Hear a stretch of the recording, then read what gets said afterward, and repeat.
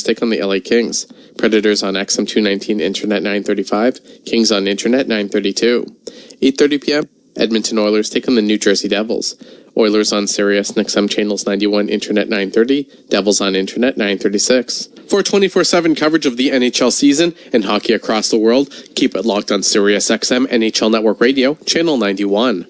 I'm Frank Trachtenberg with your Sirius XM NHL schedule for Monday, November the 4th. Sirius XM NFL Radio Channel 88 brings you expert analysis from former players, coaches, and executives, plus reaction to all the latest news on the only 24/7 station dedicated to the National Football League. Hockey Hall of Famer and Stanley Cup champion for the Edmonton Oilers and New York Rangers, Mark Messier joined Scott Laughlin on the morning skate for Sirius XM NHL Network Radio on Channel 91 to discuss the pressures of Game 7 after having played in 9 Game 7s himself, winning 7 of them, and how you can either thrive under pressure or crumble underneath it.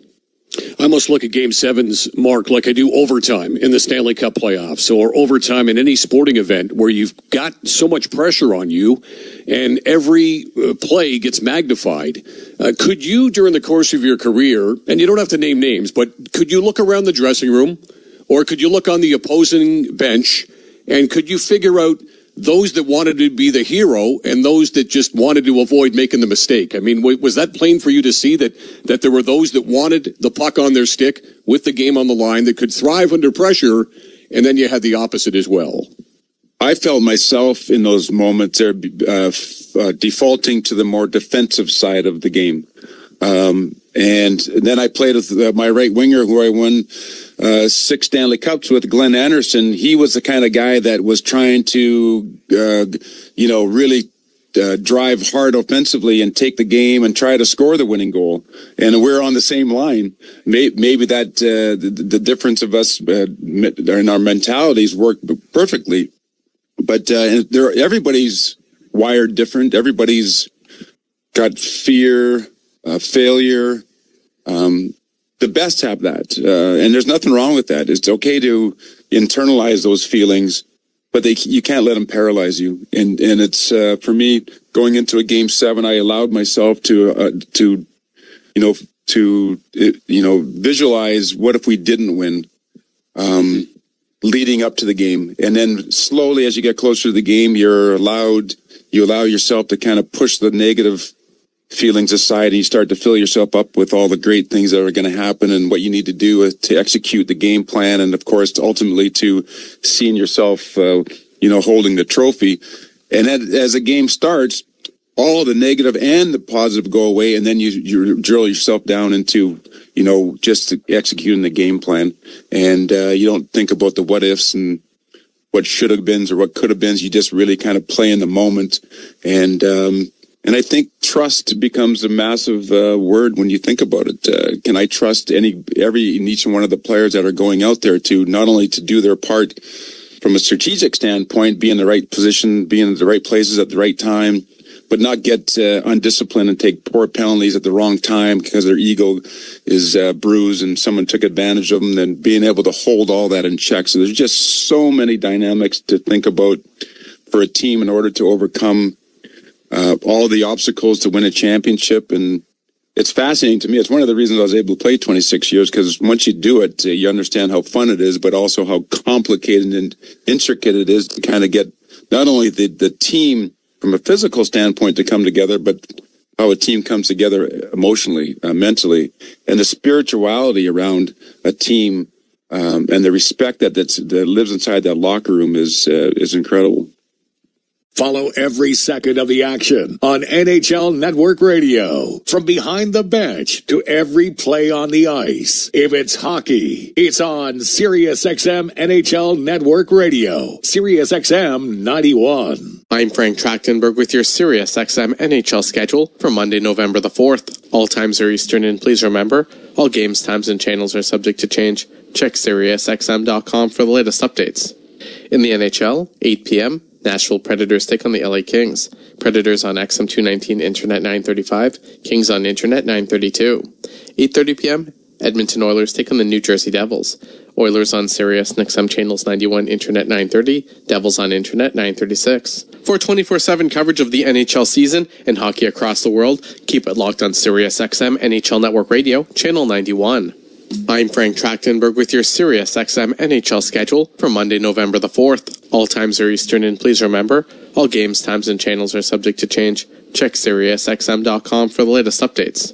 In the NHL, 8 p.m., Nashville Predators take on the LA Kings. Predators on XM 219 Internet 935, Kings on Internet 932.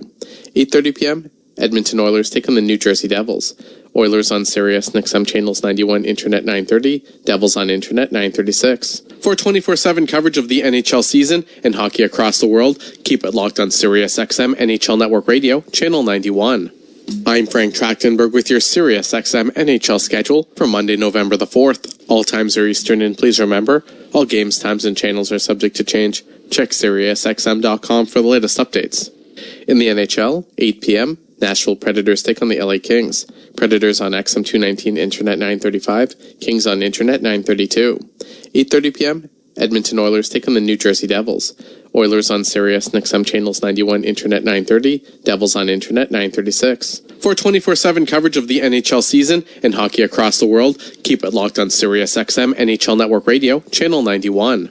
I'm Frank Trachtenberg with your Sirius XM NHL schedule for Monday, November the 4th. Hear it all on demand. Your favorite shows, your favorite games. Don't miss a second of your favorite SiriusXM programming on demand with the SiriusXM app. Download it now for free. Mark Messier is a 6-time Stanley Cup champion.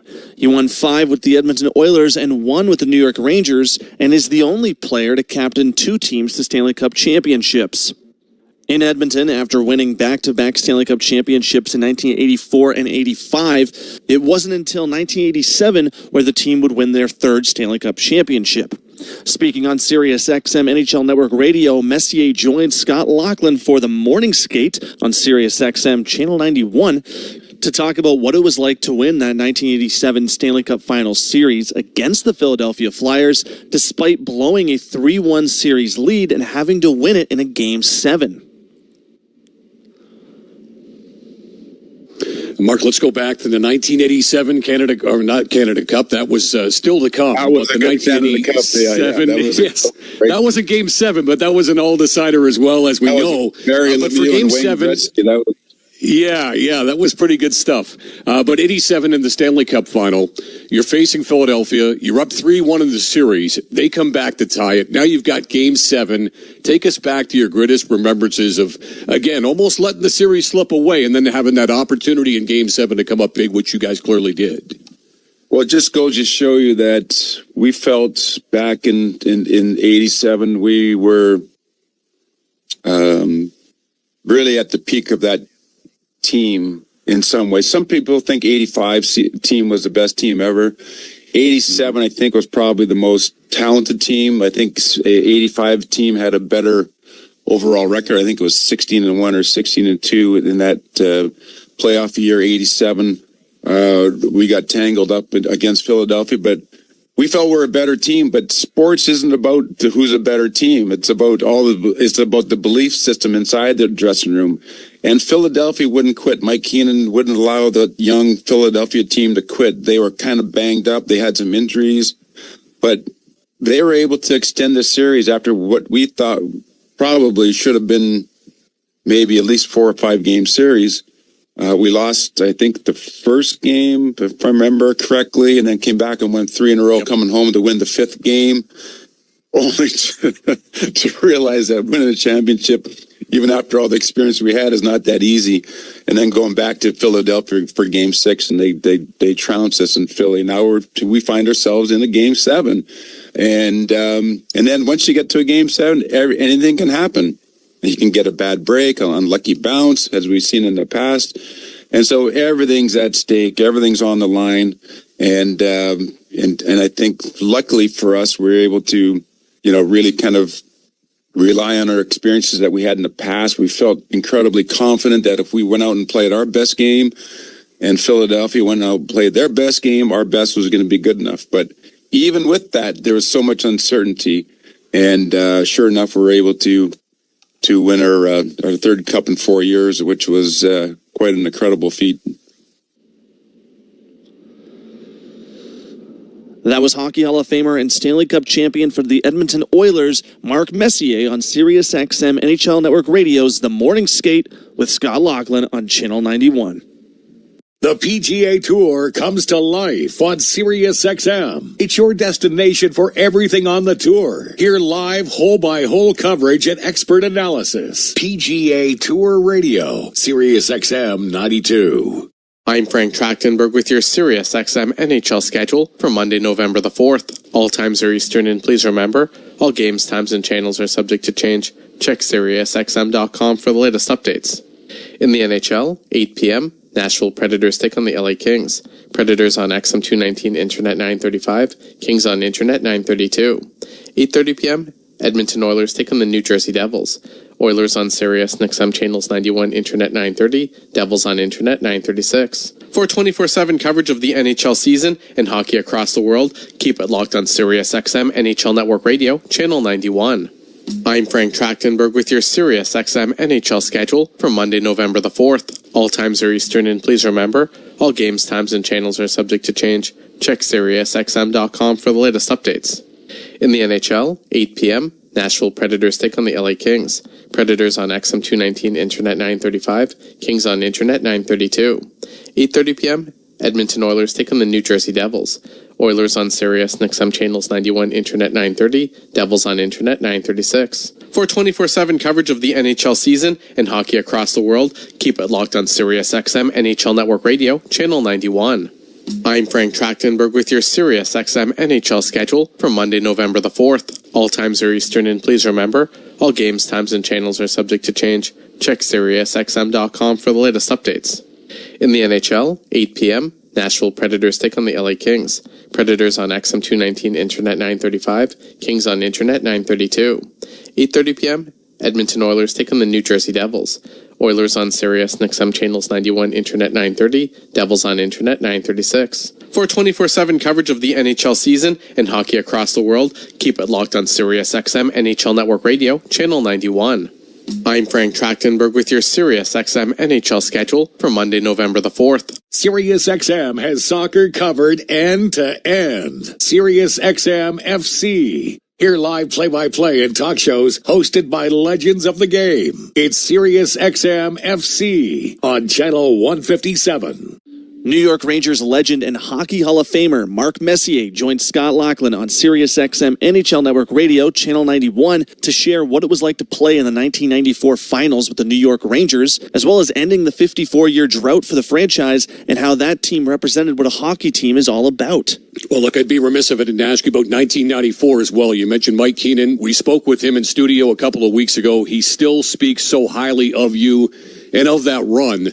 So take us back to ending the 54-year drought. In Game 7, you get a power play goal. You shovel a puck underneath of Kirk McLean. Stands up as the game winner, as it turns out. So take us back to that hot, steamy night. What was it, June 14th of 1994 at the Garden in New York? Just, you know, I guess just starting, going to the rink, trying to keep your same routine. Brian Leach and I would always drive together down through Times Square, down Broadway 7th Avenue to take a right-hand turn on 33rd Street. And you could feel things were different, even from the Upper West Side. Just the vibe and the energy of the whole city was just electrified. Getting down towards Madison Square Garden, seeing the crowd already starting to build, the police officers surrounding the Garden. It was a carnival-like atmosphere. Obviously, we knew we were something on the cusp of doing something that hadn't been done in 54 years. The magnitude of it was palpable. I mean, the energy, just everything just seemed to be so electrified. You try to keep yourself in the moment. You try to stay with your routine. Obviously, there's a much more at stake. And then, we found ourselves, much like we did in 87, up 3-1 in the series, losing to fifth game, where it was pretty much a foregone conclusion that the New York Rangers were finally going to win a Stanley Cup after 54 years. Only to find ourselves, the party atmosphere got a little bit delayed and then had to go back to Vancouver, which again, we got trounced in Vancouver, just like we did in '87, and now we're coming home for Game 7, and the same thing happened. It just, we felt good about our chances. We felt we were a better team than Vancouver. We felt that we should have wrapped up the series earlier against Vancouver, but that's the greatest thing about sports. You can think all you want, but the reality is they got a heartbeat over there too. They got pride over there too. They're there for a reason because they're a great team. And here we are in Game 7 and happen to go out and execute a great game plan to beat a very hungry, very young, very physical, hard team to play against in Vancouver. And luckily for us, we had a lot of experience. We had a dynamic, incredible amount of talent with Brian Leach and Sergei Zubov, Alex Kovalev, Adam Graves, and Mike Richter in net, and then sprinkled in with some veterans, some hardened veterans with McTavish and Tikkanen and Steve Larmer and Noonan and Mateau and Jeff Bukaboom and Jay Wells and all the amazing players that banded together that year to create maybe not the most skilled team that's ever won a Stanley Cup, but if you look up the word team, they could put the 1994 Ranger team right there, and that year, that team epitomizes what a team is all about. Follow every second of the action on NHL Network Radio. From behind the bench to every play on the ice. If it's hockey, it's on SiriusXM NHL Network Radio. SiriusXM 91. I'm Frank Trachtenberg with your SiriusXM NHL schedule for Monday, November the 4th. All times are Eastern, and please remember, all games, times, and channels are subject to change. Check SiriusXM.com for the latest updates. In the NHL, 8 p.m., Nashville Predators take on the LA Kings. Predators on XM 219 Internet 935, Kings on Internet 932. 8:30 p.m., Edmonton Oilers take on the New Jersey Devils. Oilers on Sirius and XM channels 91 Internet 930, Devils on Internet 936. For 24/7 coverage of the NHL season and hockey across the world, keep it locked on Sirius XM NHL Network Radio, channel 91. I'm Frank Trachtenberg with your SiriusXM NHL schedule for Monday, November the 4th. All times are Eastern, and please remember, all games, times, and channels are subject to change. Check SiriusXM.com for the latest updates. In the NHL, 8 p.m., Nashville Predators take on the LA Kings. Predators on XM 219 Internet 935, Kings on Internet 932. 8:30 p.m., Edmonton Oilers take on the New Jersey Devils. Oilers on Sirius and XM channels 91 Internet 930, Devils on Internet 936. For 24/7 coverage of the NHL season and hockey across the world, keep it locked on Sirius XM NHL Network Radio, channel 91. I'm Frank Trachtenberg with your SiriusXM NHL schedule for Monday, November the 4th. All times are Eastern, and please remember, all games, times, and channels are subject to change. Check SiriusXM.com for the latest updates. In the NHL, 8 p.m., Nashville Predators take on the LA Kings. Predators on XM 219 Internet 935, Kings on Internet 932. 8:30 p.m., Edmonton Oilers take on the New Jersey Devils. Oilers on Sirius and XM channels 91 Internet 930, Devils on Internet 936. For 24/7 coverage of the NHL season and hockey across the world, keep it locked on Sirius XM NHL Network Radio, channel 91. I'm Frank Trachtenberg with your SiriusXM NHL schedule for Monday, November the 4th. SiriusXM Fantasy Sports Radio is the place for expert advice, strategy, and information from the best fantasy sports analysis to win your league. Plus, hear pick-by-pick coverage of live drafts and interviews with top players, coaches, and team executives on SiriusXM 87. Six-time Stanley Cup champion and Hockey Hall of Famer Mark Messier stopped by SiriusXM NHL Network Radio's The Morning Skate with Scott Laughlin to discuss what Game 7 means to him and what it's like to also lose a Game 7. Well, when you think about the two greatest words in sports, you think about Game 7 for many reasons.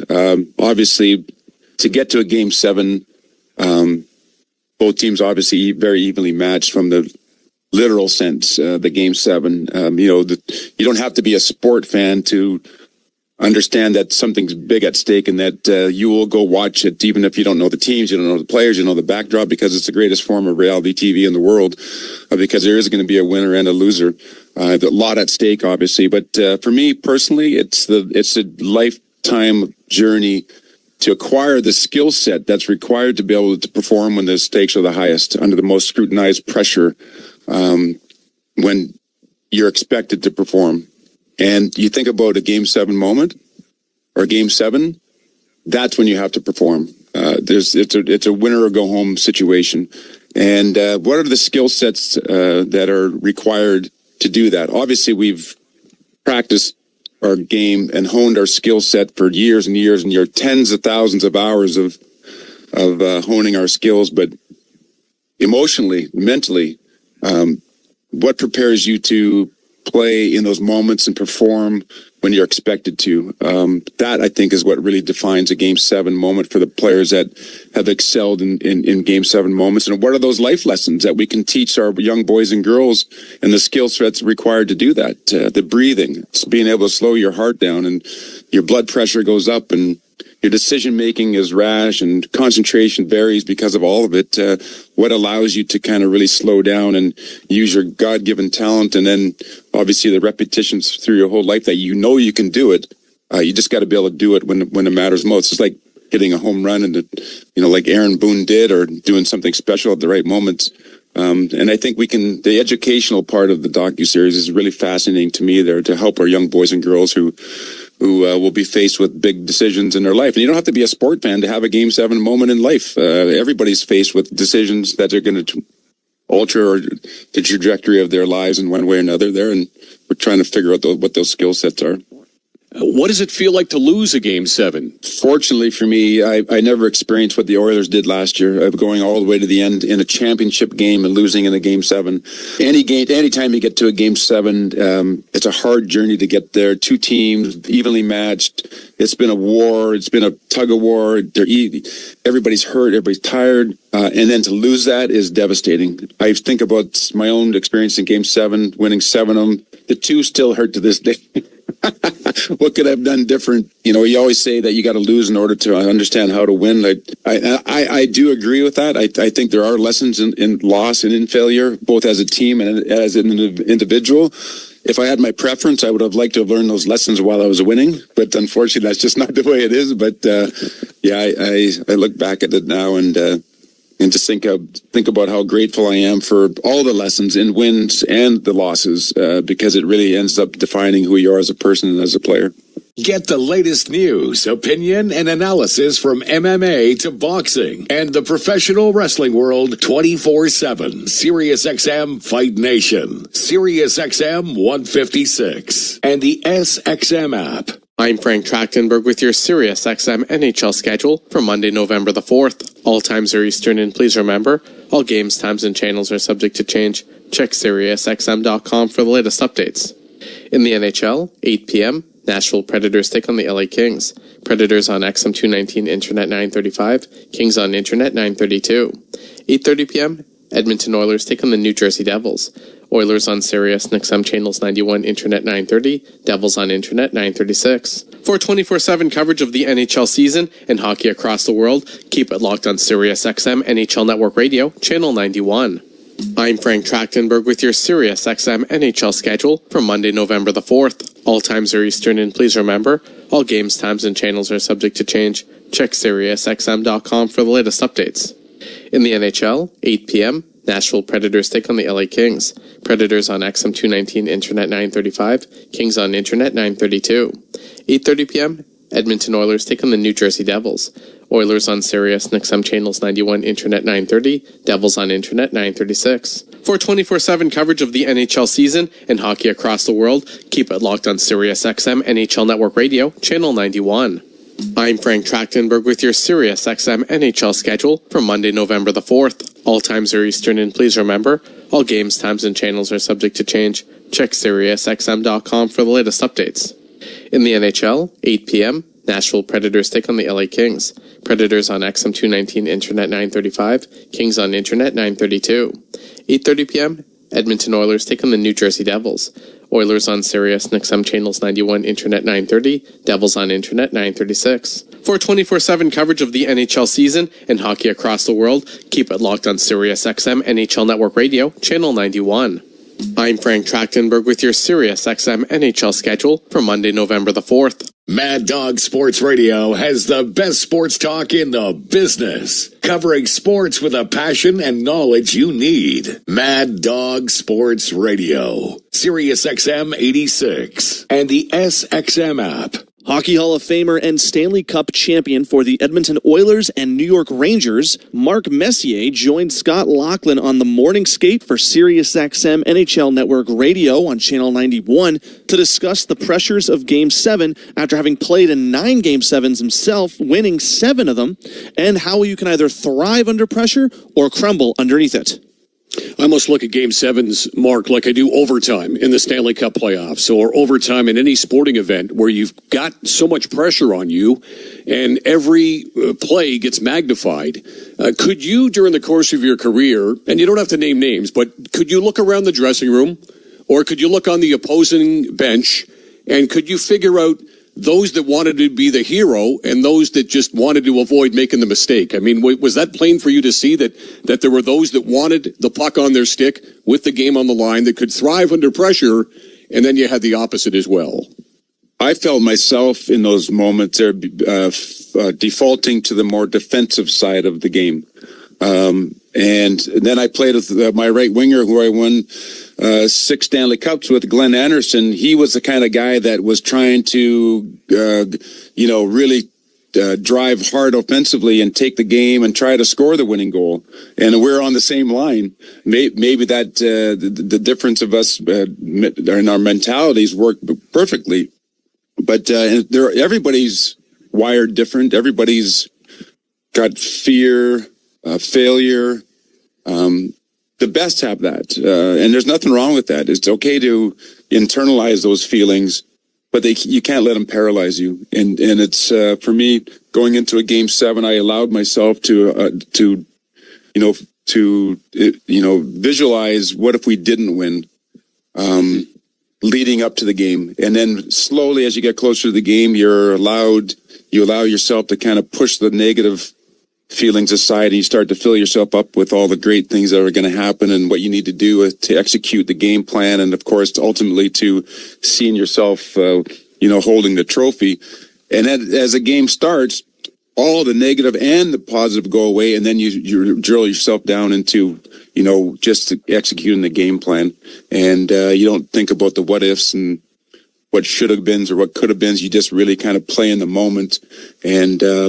And I think trust becomes a massive word when you think about it. Can I trust each one of the players that are going out there to not only to do their part from a strategic standpoint, be in the right position, be in the right places at the right time, but not get undisciplined and take poor penalties at the wrong time because their ego is bruised and someone took advantage of them, and being able to hold all that in check. So there's just so many dynamics to think about for a team in order to overcome all the obstacles to win a championship. And it's fascinating to me. It's one of the reasons I was able to play 26 years, because once you do it, you understand how fun it is, but also how complicated and intricate it is to kind of get not only the team from a physical standpoint to come together, but how a team comes together emotionally, mentally, and the spirituality around a team, and the respect that lives inside that locker room is incredible. MLB Network Radio is your home for 24/7 baseball talk, featuring on-site coverage of every major event from spring training through the World Series and expert analysis from former general managers and players. SiriusXM, Channel 89. I'm Frank Trachtenberg. Goals against, 5th on the power play, 11th on PK, 12th in shots for, 7th in shots against, and a middle-of-the-road face-off team. We will not see Jacob Markstrom, who has lost 8 straight starts against the Oilers, but he is the number 1 goaltender for the Devils this year. He was acquired from Calgary in a trade for Kevin Ball and a conditional 2025 first-round pick that is exempt if it's a top 10 pick, and the Flames retained about 31% on that deal. That is a look at our lines of the game for the respective two teams and the injury report as well. We are looking at a total of 13 minutes to face off, and this is Rogers Game Night on the Oilers Radio Network. Looking for custom flags, banners, or canopy tents? Aurora Flags and Banners has a dedicated team to provide you with custom solutions and quality products. Aurora Flags has proudly serviced Canadian businesses and organizations for more than 30 years. Get a quote today at auroraflags.com. Do you have tickets to an upcoming event at Rogers Place that you can't attend?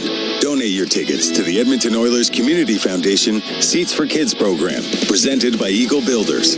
Seats for Kids provides unused game tickets for charities, allowing children and families to enjoy hockey at Rogers Place. And for many, a once-in-a-lifetime opportunity. To be a part of the Seats for Kids program presented by Eagle Builders, please email edmonton@kidsupfront.com. That's edmonton@kidsupfront.com. Looking for custom flags, banners, or canopy tents? Aurora Flags and Banners has a dedicated team to provide you with custom solutions and quality products. Aurora Flags has proudly serviced Canadian businesses and organizations for more than 30 years. Get a quote today at auroraflags.com. This is Oilers Rewind on the Oilers Radio Network. And Stuart Skinner in the net. Here's a backhand score. A bead in the middle. And Draisaitl buries it. Right between the hash marks. Left all alone. Ball back defensively. Hyman spins. Drops it to Skinner. Backhander. And a save. Rebound. Score. Draisaitl to Hopkins. Backhander. Score. Zach Hyman top shelf.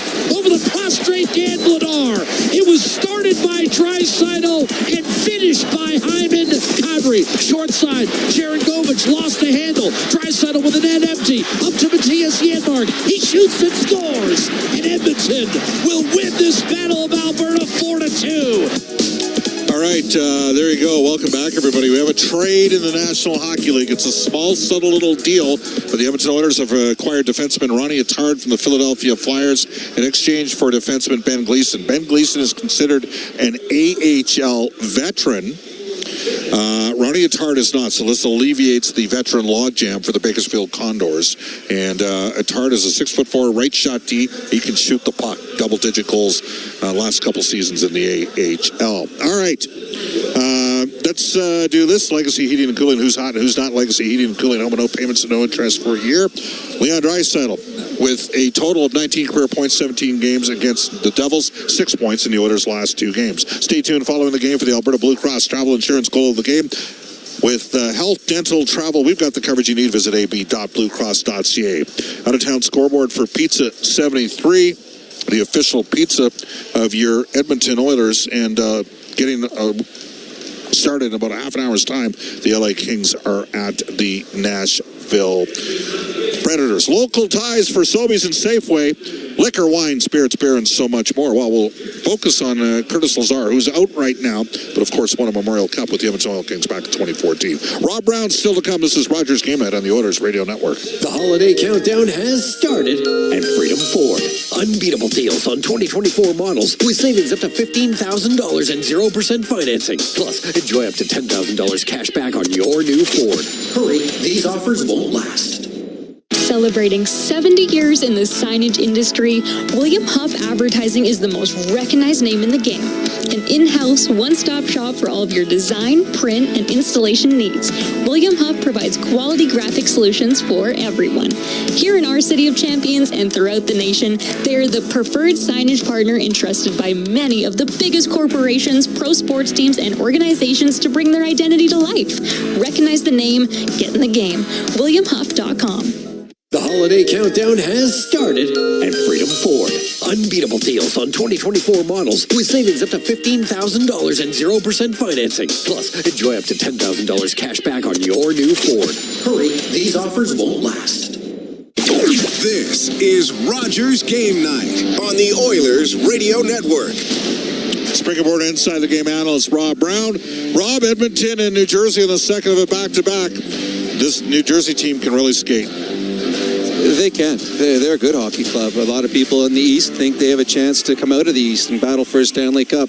The one thing they haven't had in the last number of years, Bob, 2 things. They haven't had health, they've had a lot of injuries, and they haven't had goaltending. They got Markstrom. Markstrom's a good goaltender. He's not playing tonight, but he's a good goaltender, and they're healthy right now. It's a fun team to watch. This is one of those teams that you get excited for when they come to your city because of the way they played. It'll be a good test for the Oilers. All right, Connor McDavid today taking the optional It's got to be a bit of a spark for the boys, doesn't it? Even though they know he's not quite ready to come back yet. Well, I mean, you're always happy when players are healthy on your team. I don't think it really affects the way the team is playing. This team's played well the last 2 games without him in the lineup.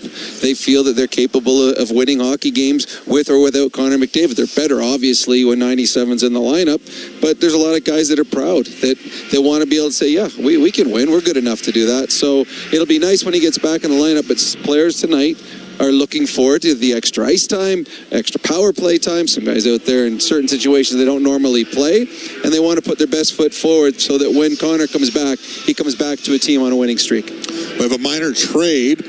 Ronnie Attard, acquired by the Edmonton Oilers. He has played 29 games for the Philadelphia Flyers after the last 3 seasons. He's a 6'4", right shot defenseman.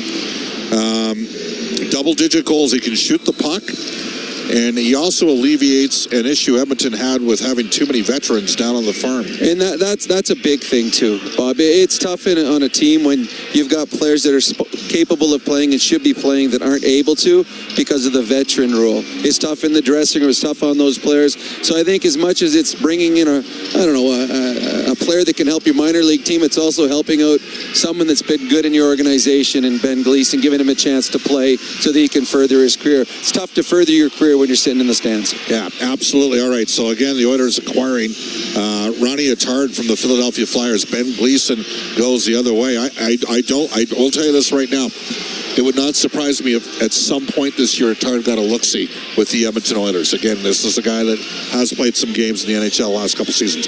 Vasily Podkolzin making the most of his opportunity, Rob, playing with Leon Draisaitl and Victor Ardvis. Well, absolutely he is. I mean, woke up one day and they said you're playing with one of the top players in the world. He's coming to the practice rink every day with a smile on his face, and I know that you talked about it, and we talked about it together, how he's doing extra work before and after practice. That's a player that wants to make the most of this opportunity, wants to stay there, and the way he's played the last few games, as a centerman like Leon, he's like, yeah, I'll keep him up here. The guy goes to the net, he finishes checks, he keeps plays alive, and when he does, he gets me the puck. So I thought Podkolzin has been excellent these last couple of games, and he's hoping to continue it. He's got a physical element to his game that when he plays on Leon's line, he just creates a little bit more room out there, and that's always good for a skilled player like Leon Draisaitl.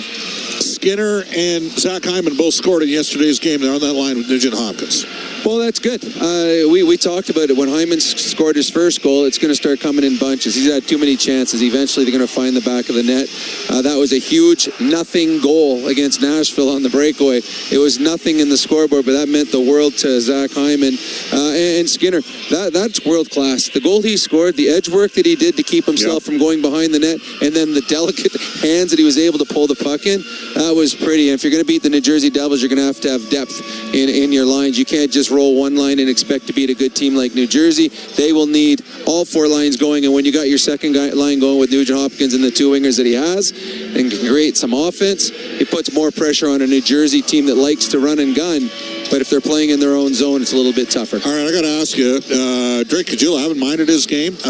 He's out. Derek Ryan's back in. Surprised. Yeah, are you? Me too. I'm surprised. I think that's just respect for a veteran in Derek Ryan and not letting him sit too much. But I thought Caggiula's been very good. That 4th line, I thought both games the 4th line played, I thought were excellent. This is one of those few times where a coach says you were not dressing because of numbers. It's the truth, because Drake Caggiula deserves to be in the lineup. All right, we got one more for you, Rob. Let's get to the Ford Keys of the Game, brought to you by Ford, the official partner of the Edmonton Oilers, built Ford proud. Well, one of the big things in the game against the Calgary Flames, the Oilers played well, but they did give up a couple big opportunities against, and Stuart Skinner was excellent. But this is a different animal. The New Jersey Devils have more depth up front. They have more game-breaking goal scorers. You cannot make big mistakes against New Jersey because they will make you pay. So the Oilers were good against Calgary. I think they're going to have to take it up a step against the New Jersey Devils defensively. Offensively, they were fine, but they're going to have to be a little bit better defensively against New Jersey. That's our Inside the Game analyst, Rob Brown. That wraps up Rogers Game Night. More with Rob and Bryn Griffiths during the end of the roll, first and second intermission. Up next, Jack Michaels has got the call on Fort Oilers NHL Hockey on the Oilers Radio Network. Our people, our team.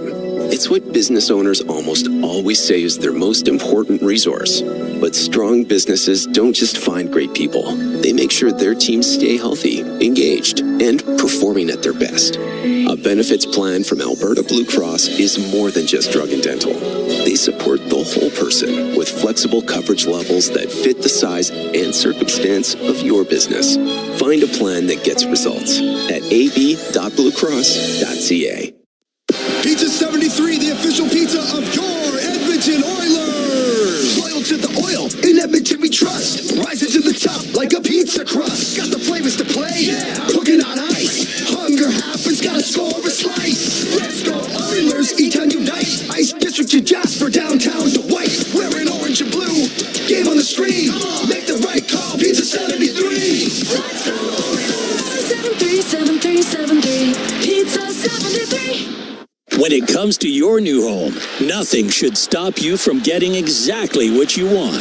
Coventry Homes puts your needs front and center. They won't dig past your questions about customization, and making changes won't get you sent to the penalty box. With their customizable designs and flexible options, your game-changing home is within reach. Score big with flexibility. By Coventry Homes, the official builder of the Edmonton Oilers. When was the last time your electricity and natural gas provider made you feel like this?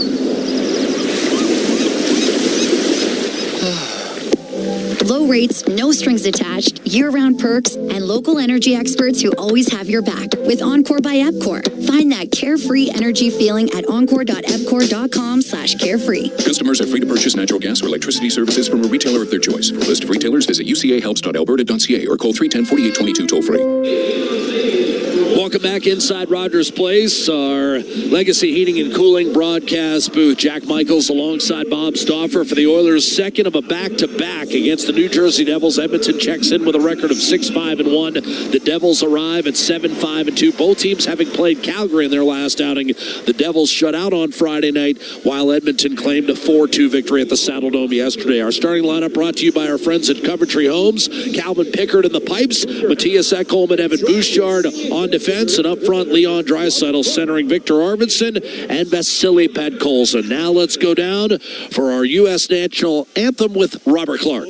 Oh, say, can you see by the dawn's early light what so proudly we hailed at the twilight's last gleaming, whose broad stripes and bright stars through the perilous fight o'er the ramparts we watched were so gallantly streaming, and the rocket's red glare, the bombs bursting in air, gave proof through the night that our flag was still there.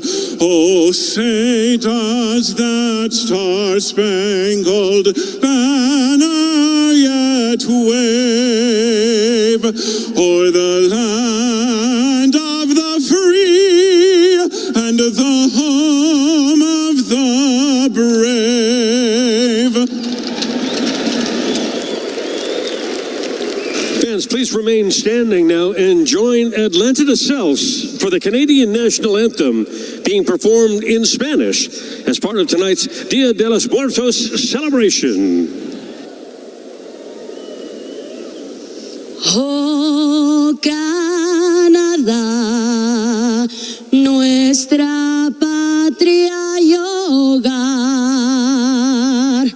gloria y honor, lucharemos por ti.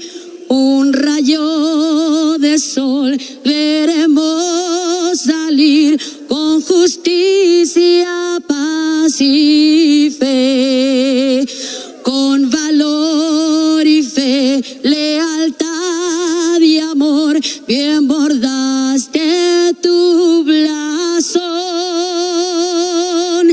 deber y paz, virtud y fe,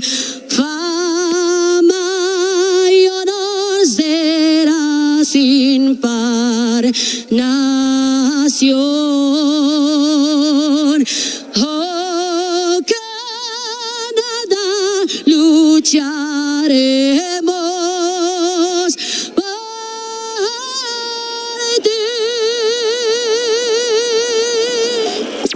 Now, tonight's exclusive NHL broadcast. Shoots and scores! But now it's Draisaitl off to Connor McDavid. Centers Kane for the hat trick. He scores! All the action called by the voices who know the game inside and out. This crowd explodes! Bob Stauffer and Jack Michaels on the Oilers Radio Network. And indeed, it's Edmonton and New Jersey, a pair of clubs who played an 11-day span last year, and the Oilers won both of those contests after New Jersey had swept Edmonton the year prior.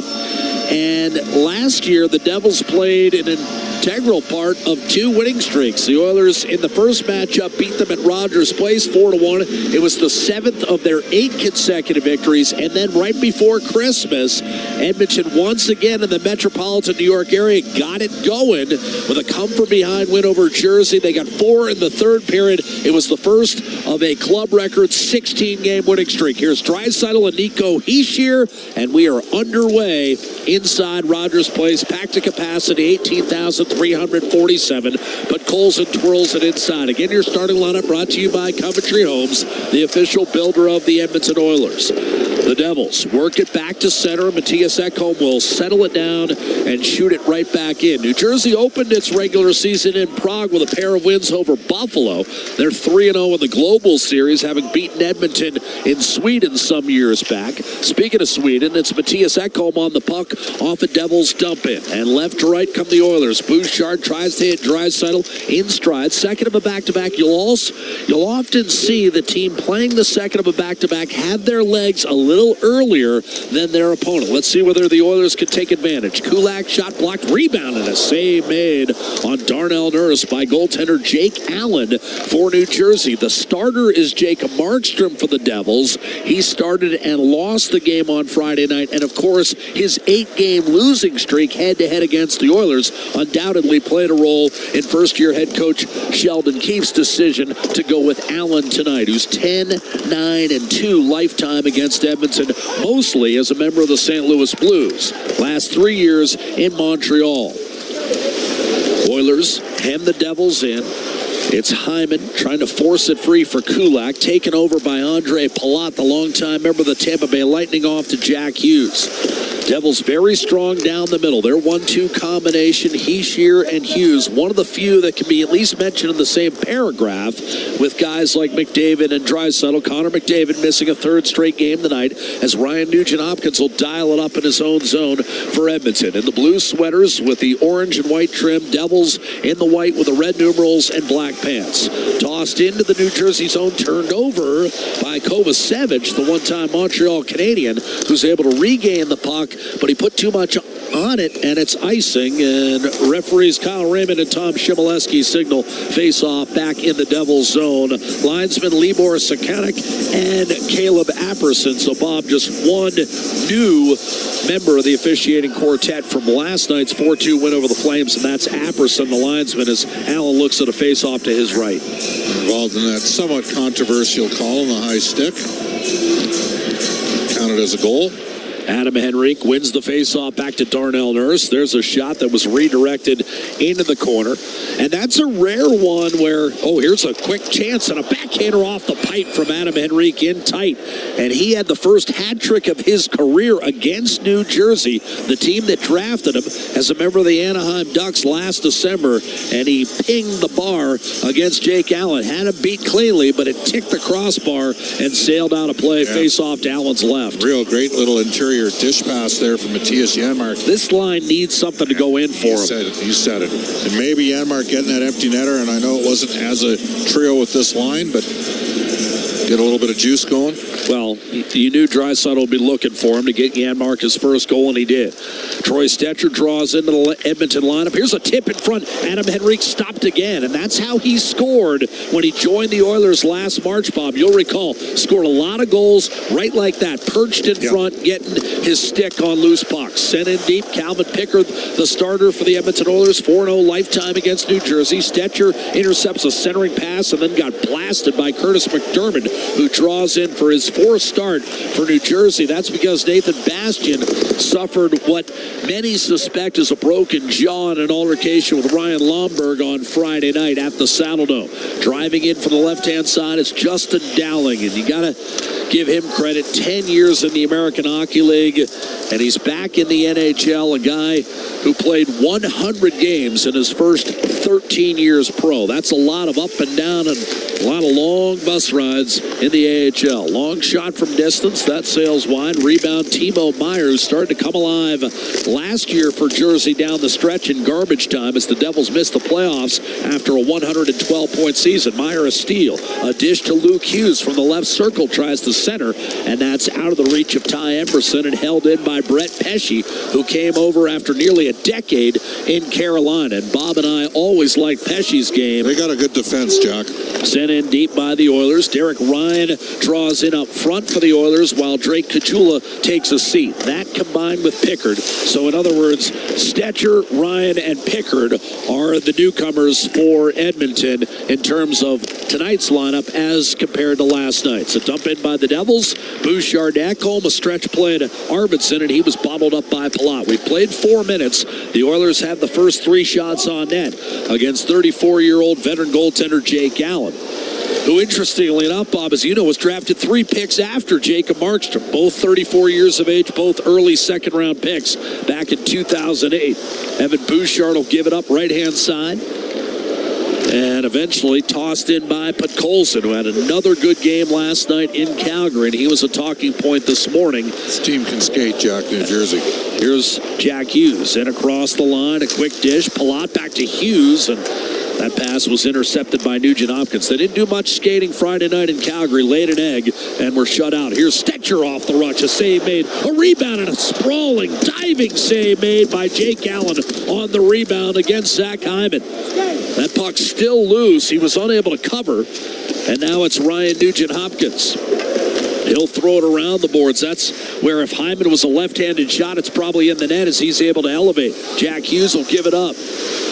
Controlling the puck and dropping it off, Jesper Bratt. Now taking it hard to the net is Paul Cotter. Centering pass, wrist shot, score! And the Devils, on their first shot of the game, take a 1-0 lead. A quick dish to Stefan Nason. And again, that Plano, Texas triumvirate of NHL players strikes. This time it's Nason off a brilliant feed to make it 1-0. Cotter the primary.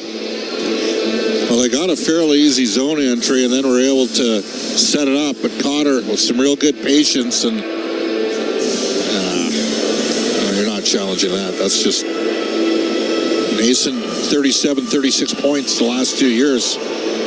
Looked like Pickard got a piece of that puck, Bob. Stefan Nason, his 6th of the year. And as you said, back in the American Hockey League, Nason won the scoring championship in the American Hockey League with a 48-goal campaign, won the Calder Cup, went back to the NHL, and as you said, put together 2 good years in Carolina. Up the right-hand side, Nason, who, by the way, is making his second tour of duty with the Devils, also played for New Jersey prior. Ty Emberson up the middle and cleared back in and eventually grabbed by the Oilers, turned over by Connor Brown, backhander by Nason, and that was tipped away. So the Devils score on their first shot after Edmonton showed promise with a pretty solid opening 5 minutes. And Jake Allen played well because he kept a couple pucks in tight. Diving save on Hyman and got a break when Henrique hit the crossbar. Henrique won a battle behind the net on a dump in, but his centering pass intercepted by Dowling and shot in by Tomas Tatar. The well-traveled one, his second tour of duty with New Jersey as well. McDermott out to the point. Seager Siegenthaler a shot. That's speared by Calvin Pickard, who in building that 4-0 record against the Devils has a shutout and a .944 save percentage lifetime against New Jersey. But he and the Oilers find themselves down 1-0. We played 6 1/4 live at Rogers Place, sold out in downtown Edmonton on a beautiful fall evening. This is Ford Dealers NHL Hockey, the Oilers Radio Network. Legacy Heating and Cooling jingle auditions, take one for Gene Principe. Are you ready, Gene? Ready. I'm not just here to make a thermal couple of bucks. I'd never just microphone it in. Take one. Call Legacy. Call Legacy. Nice. Boom. I'm a musical genius. Legacy's going to love this for furnace season. What's not to love with no interest and no Principe payments for 1 year? Are you always like this? Yep. Unlike a furnace, I have no filter. Legacy Heating and Cooling. Hockey is back, and so is Play Alberta, Alberta's #1 sports book and the official partner of the Edmonton Oilers. Cheer for the Oilers while scoring bigger offers, boosted odds, live betting, player props, and more. New to Alberta? New players now receive $200 in free bets just for signing up. Already a player? Get a $10 free bet for every $100 you bet. Download the new Sportsbook app and make your picks today. Bonus terms and conditions apply. Athletes know that to advance your career, you've got to be part of a winning team. So, what about you? Are you working for a winning team? Well, here's your chance to do just that. Brandt is a strong and stable industry leader with career opportunities across Canada. We have hundreds of positions available right now, from parts, sales, positioning technology, heavy-duty mechanics, and more. Be a part of a winning team. Earn your stripes by joining Brandt today. Find out more at BrandtJobs.com. All games, all seasons. You're listening to the Oilers Radio Network. 1-0 hockey game for the New Jersey Devils, who arrive at this game on the back end of a Western Canadian road trip. Started with a 6-0 blasting of the Vancouver Canucks, and then were shut out in turn by the Calgary Flames. They might have gotten Roxied in that one. Knocked down by Evan Bouchard, a clear by Timo Meier up the right-hand side, gathered by Ekholm and twisted back in. Jack Michaels, Bob Stauffer with you. Legacy Heating and Cooling broadcast booth high atop Rogers Place. The 8th floor, and 18,000 plus packed in on this Monday night. Back end of a back-to-back for the Oilers, who've lost the first 2 in that scenario. Home to Calgary and on the road at Columbus. Arvidsson driving in, left to right. He'll send it in deep. That line of Arvidsson, Draisaitl, and Podkolzin highly effective the last couple of wins. Edmonton comes into this game having won 4 of 5. Andre Palat dishing. One-timer ripped by Dougie Hamilton. Kicked out. Big rebound by Pickard all the way out to center. They missed Hamilton last year desperately as they, again, fell from a 112-point team all the way down to 81. Hamilton missed 60 games with a torn pec. They were without Hughes, 20 games. His shoulder got banged up. Nico Hischier, the captain, missed 11, underrated player. And a lot of guys just tailed off from the year prior where everything seemed to go right. The only guy who had a career year last year was Jesper Bratt. Dumped in by the Devils, Adam Henrique. Boy, did he score a big goal for the Devils. 2012 Eastern Conference Final, Game 6 to eliminate the Rangers and send the Devils to their last Stanley Cup Final. Nurse up through center, reaching forward is Matthias Janmark at the Devils' blue line. He was tripped up and has to back off, and now Paul Cotter will take a pass and work it up the right-hand side. Moments ago, setting up Stefan Nason for the game's only goal. 1-0 New Jersey. Janmark and Henrique challenging, and Henrique blindly shoots into the opposite corner. That's going to be taken by Tatar, and the Devils can fly, as Bob talked about. Tatar puts the brakes on. One-timer ripped by Kovacevic, and a save made by Pickard. A juicy rebound is flipped out safely by Henrique, who took the hit to make the play from McDermott. And Brown blocked that shot off the inside of his shin pad, and he's hurt. That's offside. Kovacevic works his way in, and as Bob indicated, there's a late offside call with 8 1/2 minutes gone by in this first period. Is Brown looking any worse for the wear, or he's staying on the bench? That's right, and he's leaned over on the bench. He's hurting for certain. So 1-0 New Jersey. Fired Lindy Ruff after last year's disappointment. And again, that was a team that not only had the injury spot, but they had the 27th best save percentage in the league. That'll do it. You start a season with Schmid and Vanacek, and I don't think you can call yourself what they thought of themselves, which was a top 5 Eastern Conference contender. And the goaltending ended up letting them down more than anything. Lindy Ruff dismissed. Sheldon Keefe brought in after 5 years in Toronto, where Keefe lost 3 Game 7s and a decisive Game 5 in the bubble. Here's a chance. A wrist shot by Podkolzin, a save, another post, a rebound. Draisaitl had it blocked. Here's a blast by Ekholm, and that stayed out. And Allen scrambling with his back to the play at times, but somehow the puck stays out of the net. The Oilers have hit a bar and a post, and Timo Meier has his clearing pass deflected out of play. And now we've got some pushing and shoving, and it's getting nasty. And the Devils a lot braver with a guy like McDermott in the lineup. Even though he's not on the ice right now, he gives the Devils some team toughness. Brendan Dillon, too. Brendan Dillon, a veteran acquisition on the back end. After several years in Winnipeg, he's bounced around a little bit, but a valuable commodity. And a stabilizing presence opposite Dougie Hamilton. I don't think we're going to have any penalties out of this little dust-up, but what a flurry. And Jake Allen having lost track. There was a backhander that either deflected off the post or Dillon himself, who was standing right by the post. I think it was Bouchard who kind of just tossed that into the blue paint. You think of him, 2 pretty good looks here. And Allen fought him off, and then the first chance New Jersey had ends up in the net. You know what I was thinking of, Bob, during that sequence is what Connor McDavid talked about this morning when he was asked to assess where the team's at. He's like, we're still missing a little bit of polish. Yeah. And I thought of that with some of the chances we've seen in the first 9 minutes. Nugent Hopkins between Skinner and Hyman off that last flurry to Jake Allen's left-hand side. Nugent Hopkins will be moved out of there, replaced by Hyman. Bouchard and Ekholm the deep pair, and a face-off win for Zach Hyman. Here's a blast from Bouchard, blocked up top by Palat. Another shot pinballed off of Hyman and actually sailed out of play. Hyman coming into this game with goals in back-to-back contests after going the first 10 without. 10:44 to go, first period, 1-0 Devils. Nason from Cotter, his 6th at 5:18, the difference right now.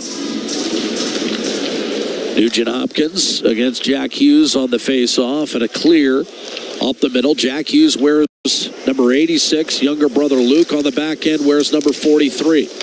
And not because he's half the player, that's for sure. 47 points last year, but again, the goaltending led to a -25 rating for Hughes from the back end. Sent in deep. Pratt will throw it around to Palat, wide open in front, and Jack Hughes mishandled that puck, Bob. Otherwise, he had a point-blank opportunity. Nugent Hopkins cuts to his right, dumps it in. Allen anticipates and slides it over to Pratt. But New Jersey, that was a gaping hole down the seam, Bob. They've found some of those, haven't they?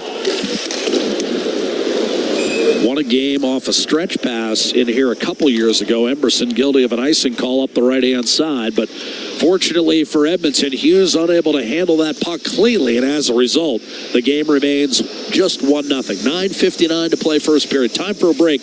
Live from Rogers Place with Ford Dealers NHL Hockey.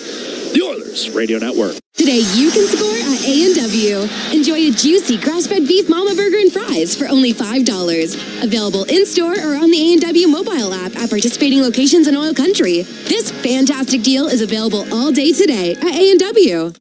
Hey, Paul Brandt here. You know what I'm a fan of? Alberta. The wide open spaces, the highways and byways, and a rugged, beautiful terrain that I'm proud to call home. Maybe that's why I'm also a fan of my Ford F-150. It's tough, capable, and smart, which makes it a natural fit for roads like these. So if it's a new truck you're looking for, look no further than the truck Albertans love to drive, F-150. Head into your Alberta Ford dealer and tell them PB sent you. Do you have tickets to an upcoming event at Rogers Place that you can't attend? Donate your tickets to the Edmonton Oilers Community Foundation Seats for Kids program, presented by Eagle Builders. Seats for Kids provides unused game tickets for charities, allowing children and families to enjoy hockey at Rogers Place. And for many, a once-in-a-lifetime opportunity. To be a part of the Seats for Kids program presented by Eagle Builders, please email Edmonton@kidsupfront.com. That's Edmonton@kidsupfront.com. Today you can score at A&W. Enjoy a juicy grass-fed beef mama burger and fries for only $5. Available in-store or on the A&W mobile app at participating locations in Oil Country. This fantastic deal is available all day today at A&W. Listen on air, online, and on the Radio Player Canada app. This is the Oilers Radio Network. Give Jesper Bratt a second assist on Paul Cotter's primary and Stefan Nason's 6th goal of the year. It's 1-0 New Jersey, a face-off in the neutral zone as we bring you back inside Rogers Place. Similar starting time on Wednesday. Cam Moon and Bob will have that call for you as the Oilers welcome the Vegas Golden Knights to town. Tonight it was 6:46 Mountain Time. On Wednesday it'll be 6:44. Face-off win for Noah Philp. Again, a change on this line. Derek Ryan and Corey Perry are the wingers instead of Drake Caggiula, which was the case last night in Calgary, where Edmonton won 4-2. Game-winning goal by Hyman on the power play with 10 minutes to go. Jersey works to hold the zone, and that puck crawled outside, and that's offside against the Devils, and a face-off coming in front of the Edmonton bench. Go ahead, partner. I don't know how there wasn't a penalty called there. Philp was held as he's trying to break out of the zone. Had a tough day in the face-off circle, went 1-9. It's 11%, 1-8. Henrique out there with Janmark and Connor Brown. And off the face-off, tossed in deep by Justin Dowling. Retrieved by Tatar. Trying to pass to Dowling that was tipped off Dowling's shoulder, and Nurse was able to gather and clear. Janmark fell down, turned it over, and Tatar will spin and twist it back toward the Oiler net. Calvin Pickard to the middle of the ice for Janmark. He'll take a stroll and reload for Edmonton, moving left to right in this opening period. Janmark to Connor Brown. A shot and a save. Juggling act by Jake Allen. He's eventually able to put it to rest, and that's the first shot on goal Edmonton has managed in the last 5 minutes. Got off to a great start. At last 6 minutes, actually. We're out shooting the Devils 5-0. And then as Bob talked about, first chance the Devils got, Cotter able to find a wide-open Stefan Nason in the slot. And he beat Calvin Pickard for the game's only goal. And then Jesper Bratt, a few minutes ago, same thing. Wide open in the slot, only he didn't handle the pass. Draisaitl, back-to-back three-point games without Connor McDavid in the lineup. When he won the Hart Trophy in 2020, the Oilers went 3-2-2 without McDavid, and Draisaitl had a dozen points in those 7 games. Even better production here without his captain. And off the draw, the Devils are able to curl it up the right-hand side. Kovacevic will send it around the boards. Timo Meier scored 15 goals in his last 21 for the Devils last season, and off to a respectable start this year, but bottled up behind the Edmonton net. New Jersey falls back into a defensive posture with 8.5 to go in the period. Bouchard quarterbacking, 5-on-5, finding Ekholm at center ice. Rink wide, Podkolzin double teamed immediately. Siegenthaler able to pry that loose. Kovacevic will play it up the boards. Dawson Mercer did not get it out. Bouchard to Podkolzin. Here's a shot by Ekholm that was tipped and ultimately lofted back towards center. Mercer had a 2-goal game in that aforementioned Jersey loss to Edmonton back on December the 21st. And that 4-goal outburst in the third period triggered a 16-game winning streak, second only to Pittsburgh's 17 in 1993. Devils moving in for the right-hand side. Palat quickly to Jack Hughes from the point. A shot tipped, rebound, and somehow Bratt unable to punch it home. He had 2 great looks, but his stick was broken, and that might have bothered him. Here's a lead pass. Hyman the other way. Wrist shot, and that was fought off by Jake Allen. Rebound, Skinner, sharp angle, and a save made by Allen. Chances at both ends. I thought Bratt was scoring, Bob. That puck was sitting there in the blue paint. Stick got hacked and whacked on the play. No penalty was called as it's in shards behind Calvin Pickard. What a chance for Zach Hyman. The Oilers basically had a 3-on-1 up the ice the other way. Hyman scored on a similar play in Nashville. That was a stretch pass from Darnell Nurse, scored on a wrist shot off the forehand side, this time denied by Allen on a similar attempt. Corey Perry In on the forecheck with Noah Philp, but Paul Cotter is able to shovel it up the left-hand side. Last couple years with Vegas, including a 13-goal campaign a few years ago when the Golden Knights won the Cup.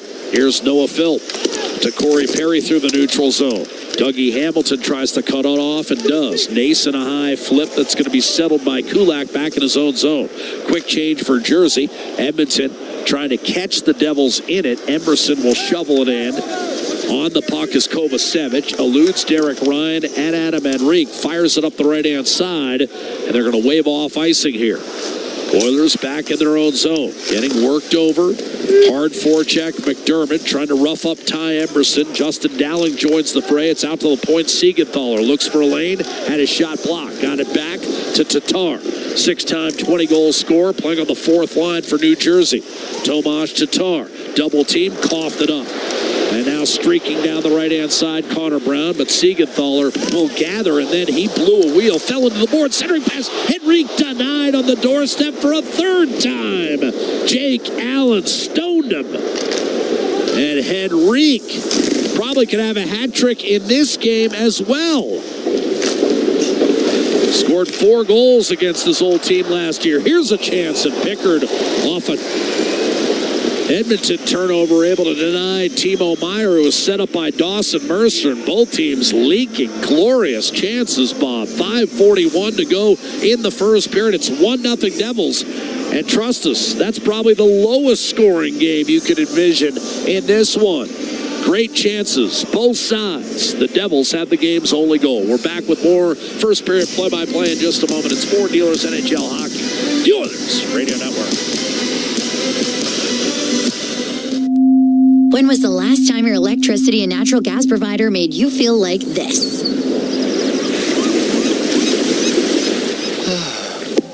Low rates, no strings attached, year-round perks, and local energy experts who always have your back with Encore by EPCOR. Find that carefree energy feeling at encore.epcor.com/carefree. Customers are free to purchase natural gas or electricity services from a retailer of their choice. For a list of retailers, visit ucahelps.alberta.ca or call 310-4822 toll-free.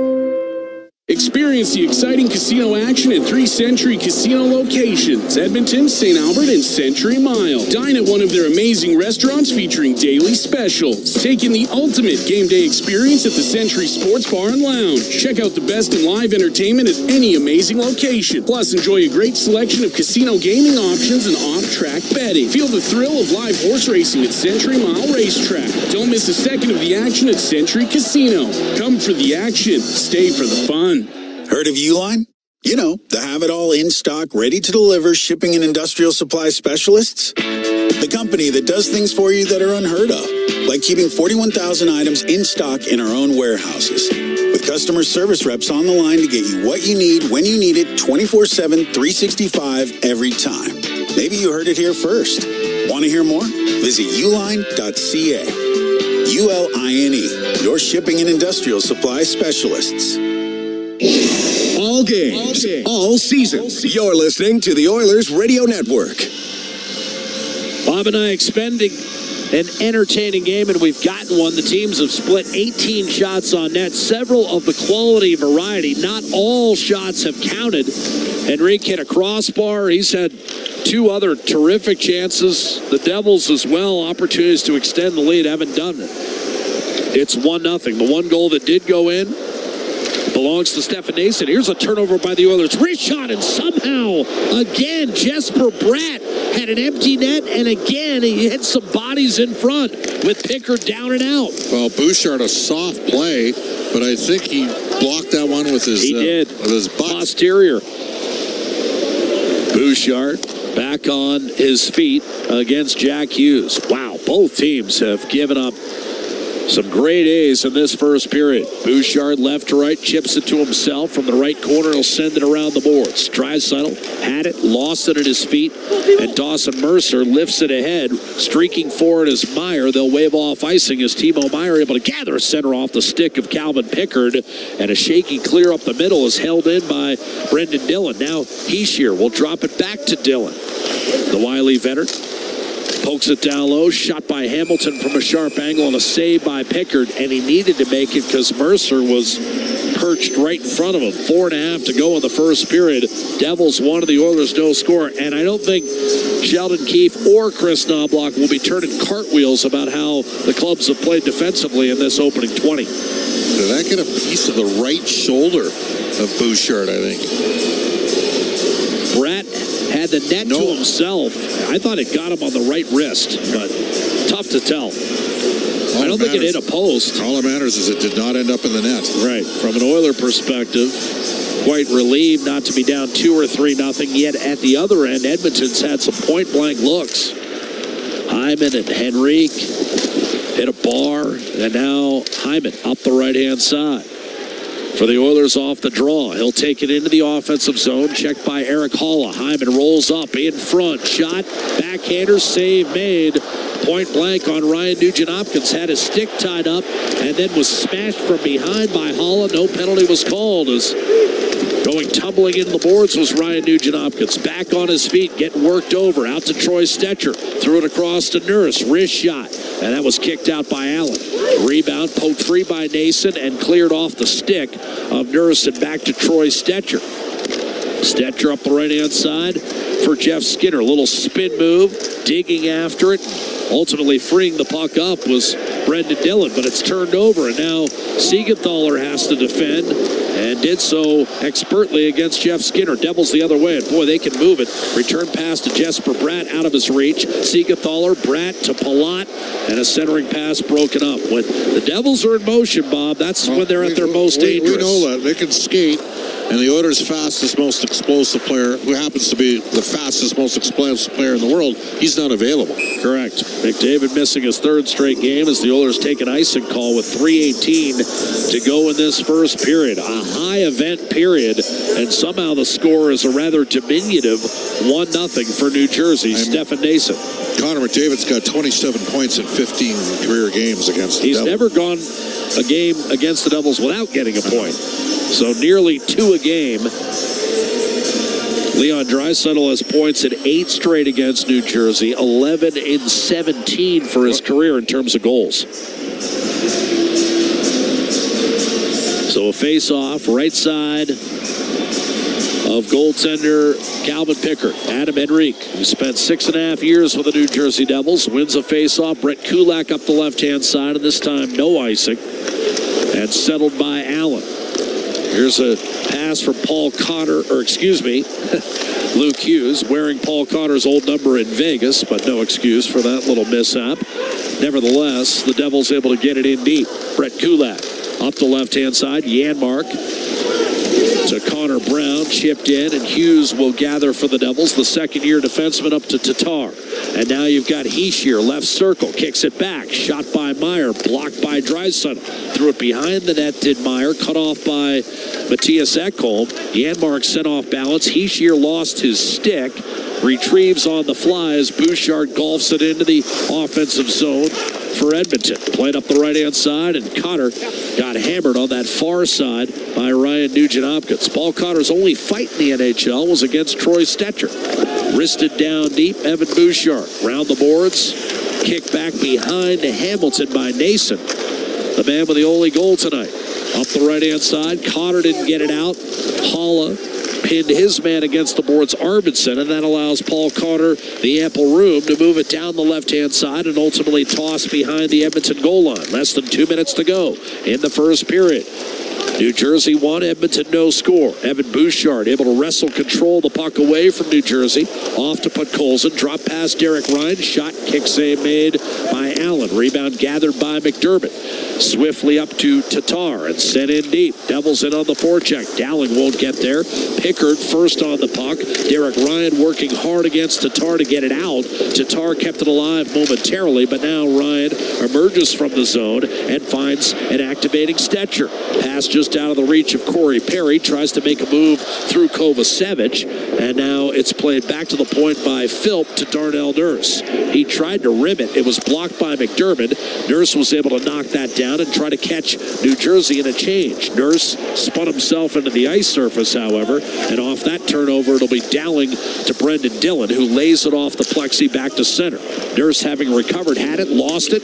Quick shot by Bratt, and that was deflected away with a minute to go in the period. and the Devils still leading 1-0. Jeff Skinner on the puck against Palat. Up top for Brett Pesce. Waits and shoots at a save made by Calvin Pickard. And that subtle move by Pesce, the head and shoulder fake to create a lane for himself, is why you and I have always liked this 10-year pro. 46 seconds to go in the first, 1-0 for the Devils. Yeah, they had him and Slavin. Elected to give Slavin the long-term extension, and the Devils had cap space. Jack, I mean, you look, they've invested 3 top 10 picks in the last 4 years on defense. Only one of them's playing tonight. He's pretty good. And that's Hughes. Nemitz was the second overall pick a couple of years ago, who played 60 games last season for the Devils and has played 9 for New Jersey this year. But right now, the odd man out on the back end. Off the faceoff, Ekholm and Bouchard control with a half minute to go in this first period. The Oilers trail by a score of 1-0. Looking to win their third straight for the first time this year. Draisaitl from Adam Henrique. Run off the puck behind the New Jersey net. And Brendan Dillon will take it out of his own zone. Spilled in by Timo Meier with 15 seconds to go. Ekholm plays it up to Bouchard. Let it go through to Connor Brown. Conservatively back to Bouchard. Stretch play to Leon Draisaitl. And he'll shake free of traffic in the form of Pesce. Centering pass broken up by Dillon. Ekholm at the horn tries to center. And that went off Adam Henrique.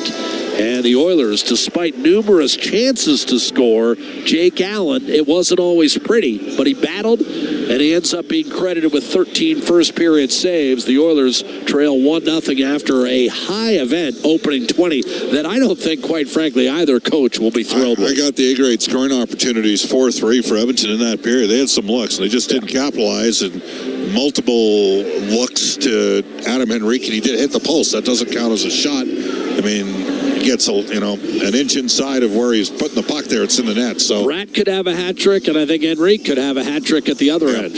Oilers got to be aware this team can skate. They activate their D. I mean, this is a team now. They got all their horses going. Like, with all due respect to Nathan Bastian, the Oilers it's not exactly Connor McDavid. Connor McDavid. It's a completely different game as a result. But on the other hand, you've played 2 solid games without Connor McDavid, so that's not an excuse the Oilers will be looking about for. That period for Edmonton, other than the scoring chances, against a little bit, and you talked about it. Just a little bit more fine touch around the net. He's Bob Stauffer. I'm Jack Michaels. 20 minutes complete at Rogers Place for the New Jersey Devils on Stefan Nason's 6th goal of the season, taking a 1-0 lead. Connor and Bratt with the helpers at 5:18. And again, chances aplenty for both sides. A highly entertaining first period as the Oilers look for their 3rd straight win over the New Jersey Devils, having swept the season series last year. In Edmonton, from this point forward, of course, we talked about the Wednesday tilt with Vegas and then a Saturday matchup in Vancouver. Rematch of last year's second-round series. So a tough week, a challenging week for Edmonton. The Oilers at 6-5-1 look to solidify their standing in the Pacific Division. They'll go head-to-head with Vegas on Wednesday. But first things first, Eastern Conference opponent New Jersey at 7-5-2 and looking to atone for an egg they laid on Friday night in Calgary. Well, the Devils are 20 minutes to the good in terms of a 1-0 lead after that first period. Coming up, we'll have Brent Griffiths as well as Rob Brown. This is Ford Dealers NHL Hockey live from Rogers Place. Sold out as per usual in downtown Edmonton. The Oilers Radio Network. Tired of skyrocketing energy bills? Switch to clean, affordable power with Horizon Solar. Whether you want to cut costs, go green, or increase your home's value, Horizon Solar has you covered with tailored solar energy solutions. With current government incentives, there's never been a better time to make the switch. Own your power, control your bills, live sustainably. For your free assessment, call Horizon Solar today or visit horizonsolar.com to get started. Horizon Solar, where going green makes sense. It's our YEG with 880 Chad. Time for forechecking, family fun, and fuzzies as your Edmonton Oil Kings battle the Red Deer Rebels November 24th in the annual Teddy Bear Toss. Skate by the box office by entering at 880ched.com. Then join the Salvation Army on November 21st at the Fantasyland Hotel for their Hope in the City dinner, launching the annual Christmas Kettle campaign. For more info, tickets, or to donate, visit salvationarmy.ca. For details on these and more events, visit 880ched.com. At at the intermission. Brought to you by Hand of the Roll Flooring Centers. Let's get flooring. Here's a lead pass. Hyman the other way. Wrist shot. And that was fought off by Jake Allen. Rebound. Skinner. Sharp angle and a save made by Allen. Chances at both ends. And that's our Highlight Zone, brought to you by Century Casinos. All in, all games, all season. Century Casinos with 3 great locations in Edmonton, St. Albert, and right next to the Edmonton International Airport. Welcome to the Winter Zone. Welcome to the first intermission. It's Brent Griffiths along with Rob Brown. And after 20 minutes of play, the New Jersey Devils with a 1-0 lead over the Edmonton Oilers. I guess the best way to sum up that first period, at least for me, is quality chances, quality saves. Quality saves and some very fortunate bounces for both goaltenders. I thought both goalies were very, very good. Both goaltenders also had a little bit of luck on their side. The New Jersey Devils, I think it was Brad, had a wide open net. The goaltender Pickard was nowhere near the net, and Bouchard facing the wrong way. Somehow the puck hits his stick in the middle of the net and stays out, and twice Jake Allen looking the wrong way, and the puck just seems to find him as the Oilers threw a number of grade A's on net. And I think Bob and Jack said it best at the end of the period. I think it was exciting for the fans to watch, but I think both coaches are going to have a little bit of words with their teams between periods about the defensive lapses. It was loose. I was just going to say, a tad on the loose side. It was a very loose period with a ton of chances, which is fun for us to watch. Right. I mean, this is a 1-0 game that, with expected goals, probably should be 2-2 or 3-2. There were some quality chances by both teams. Defense was kind of optional. I mean, the Oilers got 2 breaks. They had one where a Devil defenseman fell in the neutral zone, and it turned into a 3-on-1, eventually a breakaway for Hyman. And then a Devil defenseman fell behind his net that turned into a grade A shot right in front of the net. So everything seemed to happen in that first 20 minutes. Unfortunately for the Oilers, the only thing that didn't happen was them putting the puck in the back of the net. Well, Adam Henry could have had a hat trick in that. He had some great chances. Zach Hyman also had some opportunities, but just wasn't there for them in the first period. So where do you think there's going to be some corrections made here? Because both coaches are going to be talking to their teams a little bit. They can't be happy with that period. Well, I think both teams want to be a little bit tighter in the defensive zone. Turnovers in the defensive zone, miscommunication, missed coverage. I mean, there was one where, Evan Bouchard has the puck on his stick, and the New Jersey Devil just took it off his stick. He just, Evan was trying to make something out of nothing, and the defender, the Jersey Devil, pulled it away. Eventually, they get the wide open net. Now, Bouchard was very fortunate to hit his stick, and in the other end, New Jersey 2 or 3 times had the puck in front of their own net, and they took too long to make a play, and eventually there was a tip, and the Oilers got control of the puck again. The referees let everything go in that first period. Right. That's something to watch as this game moves on. That may actually, normally that doesn't favor the Oilers when there's no penalties, but New Jersey has a very good power play right now in the season, and the Oilers have struggled a bit. But defensively, both coaches will not be happy with the defensive framework that either team deployed in the first 20 minutes. Oilers out shooting the Devils through the opening 20 minutes, 13-10. I guess if you're both coaches, you've got to say one thing. Offensively, although New Jersey's got the 1-0 lead, just keep firing the puck on the net. You've just got to keep throwing it towards the net. The goaltenders, as you mentioned, got lucky on a few of those chances. Well, they did. More traffic in front. Right. See if you can get a stick on it. Some deflections we saw in the Calgary game. Traffic. Calgary Flames scored 2 goals simply by throwing hope shots on net, but they had traffic. One was a tip and one was a screen. These goaltenders seem locked in, so if they can see the puck, they're probably going to stop it. The Oilers' physical play, they should and hopefully will pick up in the final 40 minutes as New Jersey, very skilled up front, but they've got some smaller players. Try to lean on them a little bit more. But as we know and we've seen throughout the years, there's a reason a small player is at the National Hockey League level. He doesn't get hit very often. He doesn't put himself in that position. As a fan, you just want to see more of the same. As a coach, you want to see better defensive play. You and I talked earlier about the fact that we're kind of looking forward to this game because New Jersey is fun to watch. Oh, they are. They're a ton of fun.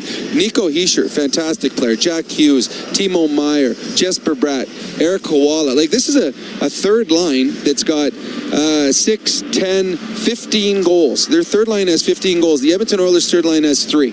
And one of those was in an empty net last game. So this is a team, New Jersey, that can put the puck in the back of the net. That's why they're so fun to watch. Is they're a deep team that every shift that they're out there, it doesn't matter if you're playing against the first or fourth line. If you make a mistake, they will make you pay. As we saw, it was the third line, Stefan Nesson, who scores the goal. And it was just a pretty play where he got lost. And the Oilers' defensive coverage lost him in the high slot area. But he's good enough to score from distance. So New Jersey is good. They're getting fantastic goaltending tonight. It's funny. Both teams played their backup goaltender. Yeah. Both teams are getting great goaltending from their backup goalies. Hey, so is it really a key of the Oilers just to be patient here in the second period and not try to force it too much? Well, you can't force it against good, highly skilled teams. You force it, that's where they make you pay. Right. We've seen when teams will play against the Oilers and they try to force plays that aren't there, and that's where the Oilers pick it off. They come back with odd man breaks, and they beat you because teams get a little itchy. They feel they have to make something happen all the time, and then the Oilers' offensive players are like, all right, this is it. We're playing with a shorter ice surface, and we can make things happen. So you don't want to do that against New Jersey. New Jersey has players that are good enough to make things happen on their own. Do not help them out by giving them a shorter ice surface, by turning the pucks over in the neutral zone. Get pucks in deep. When you're a highly skilled team, usually your weakness, because every team there's weaknesses on every team. When you're a highly skilled team, your weakness is usually in your own zone. You get running around, and we saw that a couple times in that first period where the Oilers kept pucks in along the boards, defenseman pinch, pushed the puck back down low, and when it was down low, the forecheck got going. And then the New Jersey Devils, that's when they got stuck. And then they couldn't get the puck out. And then they're running around doing each other's jobs. And we saw 4, 5, 6 good scoring chances by the Oilers simply off a good forecheck. So if you're Chris Knobloch, what do you tell the troops after 20? Tighten up defensively. Keep working hard. Try to draw a penalty. The only way you draw a penalty is if you have the puck on your stick. And the Oilers just have to win battles. I thought it was a highly entertaining first period. It just, the Oilers defensively have some things they got to get better at. Okay, Rob. Thanks. We're going to take a break. Obviously, we have a news update on the way. And At the Intermission is brought to you by End of the Roll Flooring Centers. Let's get flooring. We're back with more from Rogers Place. This is your Ford Dealers Oilers Radio Network. Be a savvy Edmonton hotel shopper. Book through EdmontonsBestHotels.com and receive up to $225 in cash rewards. There are over 55 member hotels to choose from, offering their best value rates. EdmontonsBestHotels.com. Rewards with every booking. Proudly headquartered in oil country, Capital Power is delivering reliable and affordable power today while building clean power systems for tomorrow, creating the balanced energy solutions communities across Alberta and North America can depend on. Visit capitalpower.com to learn how they are powering change by changing power. Be part of their energy and join Capital Power as we all cheer on our Edmonton Oilers on their quest to win it all.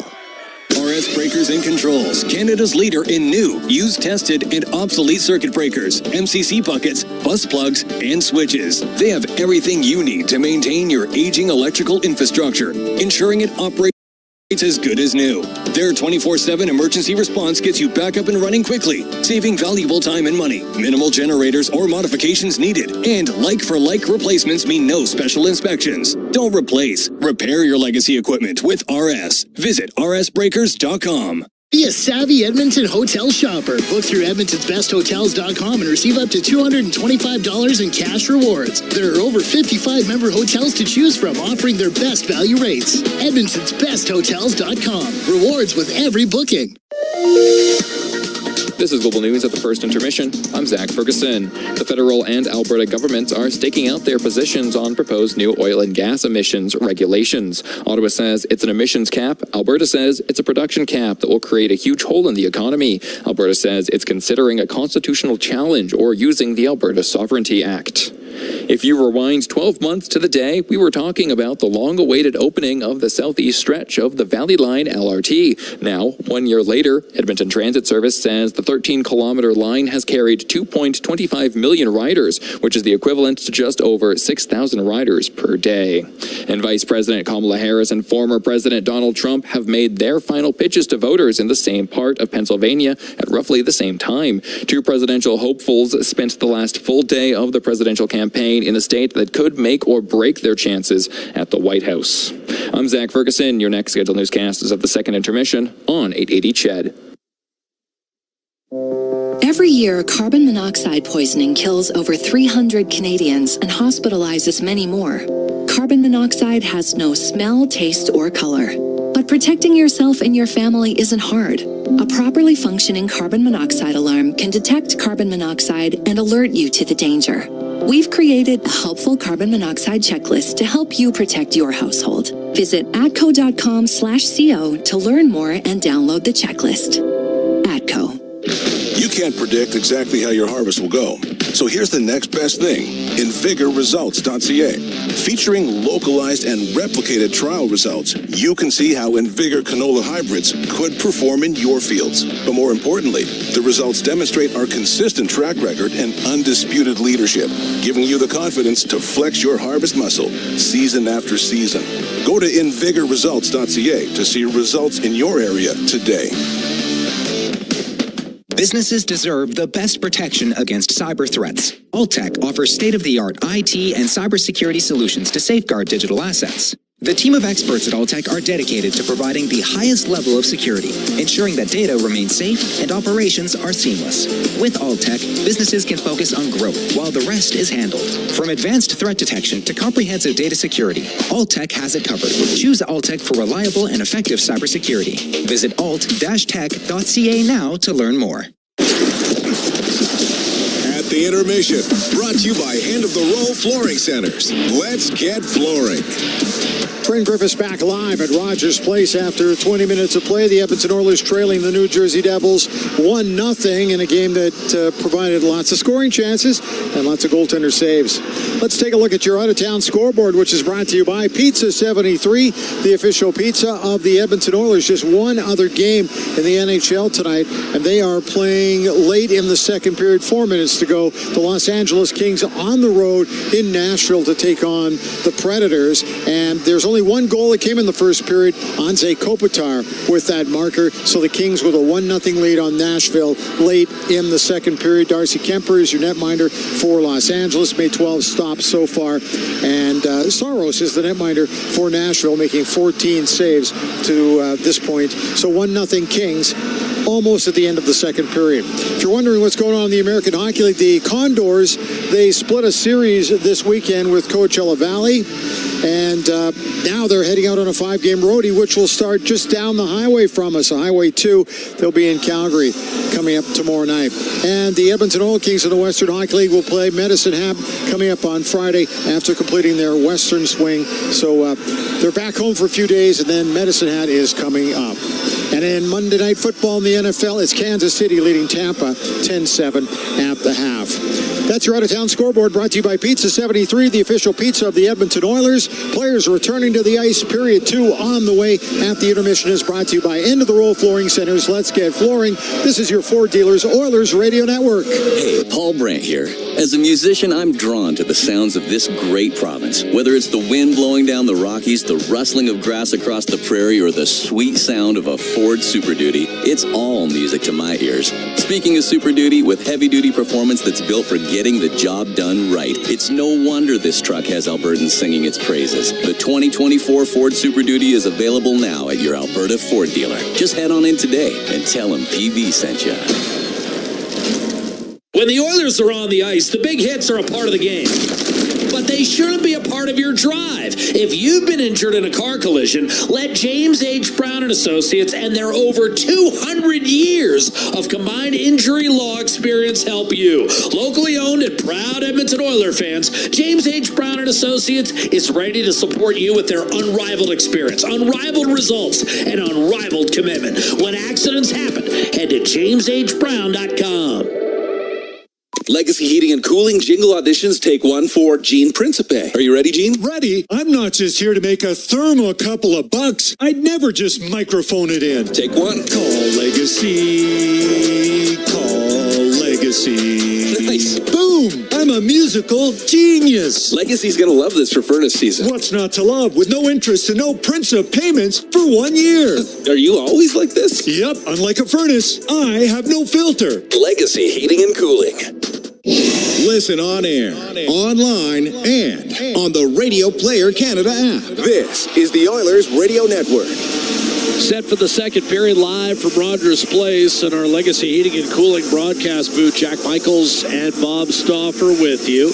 Want to advise everyone the 50-50 jackpot up to $500,000. And the early bird pricing for tonight, $1,000 Ice District Authentics gear plus $2,000 cash. If only Bob and I were eligible. I know Tori and Hudson enjoy their occasional Oiler gear off the draw. They've never worn any. You've got Ekholm up the right-hand side, Bouchard.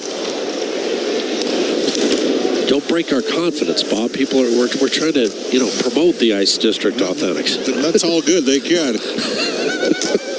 I have about the most obscure stat possible coming up, so let me know when I can squeeze it in. Related to memorabilia or to this game? To this game. Okay, go ahead. Tonight, Mark, so we'll wait till... Here's Draisaitl giving it up for Victor Arvidsson. His shot elevated up and out of play. 40 seconds gone by, second period. Okay, go ahead. Tonight marks the first time since April 1st of 1984 that two former graduates of the University of Alberta Golden Bears played for the same NHL team in the same NHL game. Last time it happened, Wade Campbell and Don Spring played for Tom Watt in the Winnipeg Jets in an end-of-the-season regular season game. So Herbie never skated with Corey Cross, no. Not according to my U of A source. All right. And if he's wrong, there's going to be... Oh, here's Derek Ryan, who's had a lot of success against Jersey, by the way. 7 goals in 16 career games against the Devils. I thought he got cleaved there, didn't you? Well, I think it was more of a face wash than a stick. Well, we're not Here's telling those Hamilton. anymore. We'll dump it in. And that's going to be settled by Calvin Pickard. Reversed by Darnell Nurse up to Troy Stetcher. The outlet pass on target for Corey Perry. With a flick of the wrist, he'll put it in deep. Paul Cotter being harassed by Noah Philp, who, of course, is the other University of Alberta skater in there, along with the veteran Derek Ryan. Battling. Derek Ryan will turn 38 next month. Wristed around by Brett Kulak. Up the left-hand side, Brendan Dillon, and then he'll traverse the length of the ice. You would have met Derek Ryan at first when he was about, 22, 21? Yep, 20. Yep, 21-year-old year at the U of A. 07-08. Here's Ryan Nugent-Hopkins gathering himself, sprinting to center, and dumping it behind the New Jersey defense. 1-0 Devils. The only goal scored, Stefan Nason. 5 minutes into this game. Set up for Bratt and Cotter. Bratt on the move, but his cross-icer intended for Luke Hughes was broken up, and off an Edmonton dump, and Brett Pesce will give it back to Bratt. Play off the wall for Jack Hughes, who thus far has been held totally in check. Turned over, Nugent-Hopkins. Hughes' best chance came on a pass to the middle that he bobbled and never got a shot away. It was wide open in the slot, and now an unforced error by Edmonton leads to an icing call with 2 1/4 gone by in this second period. Edmonton having outshot New Jersey 13-10, yet trailing on the scoreboard 1-0 on the second of a back-to-back. Where again, they're 0 for 2 this season. Last year, they were 5-5 in the second of a back-to-back. This year, I believe they have 12 sets of back-to-backs. The one thing that concerns me a bit with the Oilers on the back-to-backs is they're an older team. So you're thinking that early leg energy might tail off later in the game. Off the face-off, McDermott plays it back to the point. Shot by Kovacevic. Right pad save made by Calvin Pickard. Rebound. Siegenthaler tried to hold it in, but ultimately carried out. And up the ice by Zach Hyman. Lost the handle at the New Jersey Devil blue line. Fired in by Ryan Nugent-Hopkins.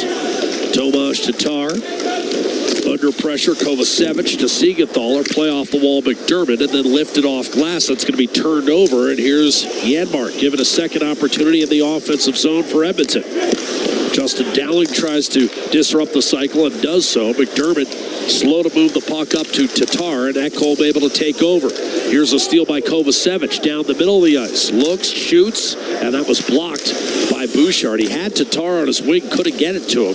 The outlet for Janmark, and now Connor Brown will dump it in for Edmonton. Back to get it in the corner, Meyer and Dougie Hamilton.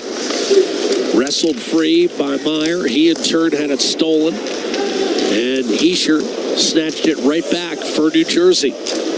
Played up the right-hand side. Darnell Nurse first on the puck. Troy Stetcher right-hand side for Connor Brown. Heischer, the first overall pick in 2017. Jack Hughes 2 years later, drafted first overall by the New Jersey Devils. Podkolzin mishandled the puck at center. Dawson Mercer will go cross ice, wristed down deep by Brendan Dillon. Play to the corner by Podkolzin, back to Nurse, and over to Troy Stetcher behind the Edmonton net. Held in by Jesper Bratt for a moment, and Brown able to break free. We have not had a penalty called in this game. A dump in, Jake Allen up the right-hand side. Andre Palat turned over. Arvidsson gets it back from Draisaitl and had his pocket picked by Jack Hughes. Then Kulak on a pass into his feet from Arvidsson couldn't get a shot away. Podkolzin burrowing in against Palat. Draisaitl had trouble controlling the puck, got it back for Podkolzin, and now the Devils will come up with it, and it's Jack Hughes. The win over Calgary last night marked the first time this season Edmonton won a game that did not involve a fighting major. Emerson up the right-hand side. Kovacevic batted one down. A clear by Paul Cotter that chases the Oilers back through the neutral zone. Arvidsson will give way to Ty Emerson. 15:20 to play, second period. And a 1-0 lead for the New Jersey Devils, who defend their line well. Luke Hughes up to Eric Haula. Had a huge year in Vegas one year. 29 goals. Lead past Paul Cotter. Cross ice, out of the reach of Haula, who can fly. Chipped up the right-hand side and out by Zach Hyman. Corralled by Jonathan Kovacevic. And the Devils left to right. They're in the white uniforms. Oilers in the blue. Playing at home this year. Edmonton a record of 2-3-1.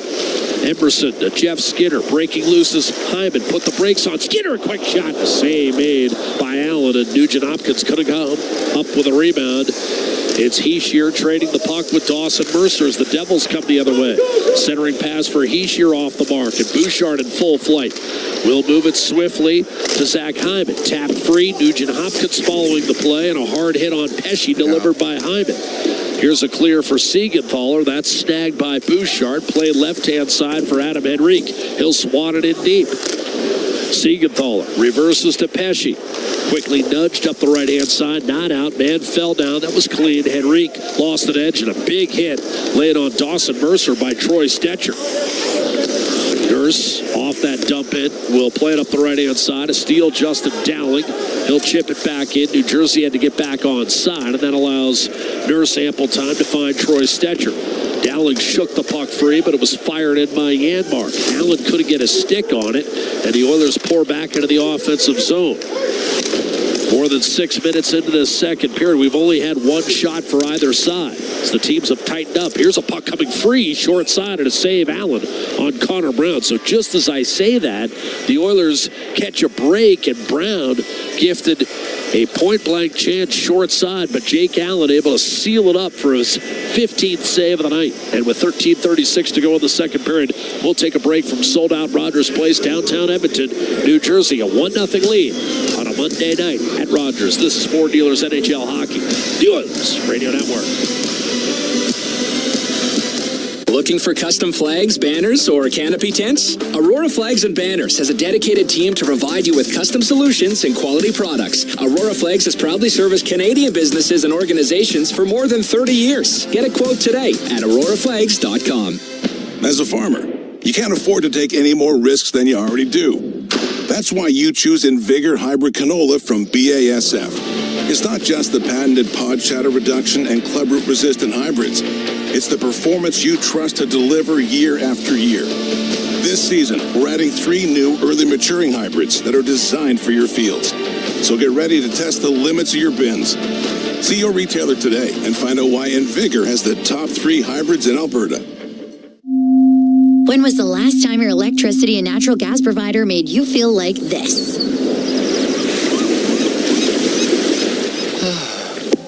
Low rates, no strings attached, year-round perks, and local energy experts who always have your back with Encore by EPCOR. Find that carefree energy feeling at encore.epcor.com/carefree. Customers are free to purchase natural gas or electricity services from a retailer of their choice. For a list of retailers, visit ucahelps.alberta.ca or call 310-4822 toll-free.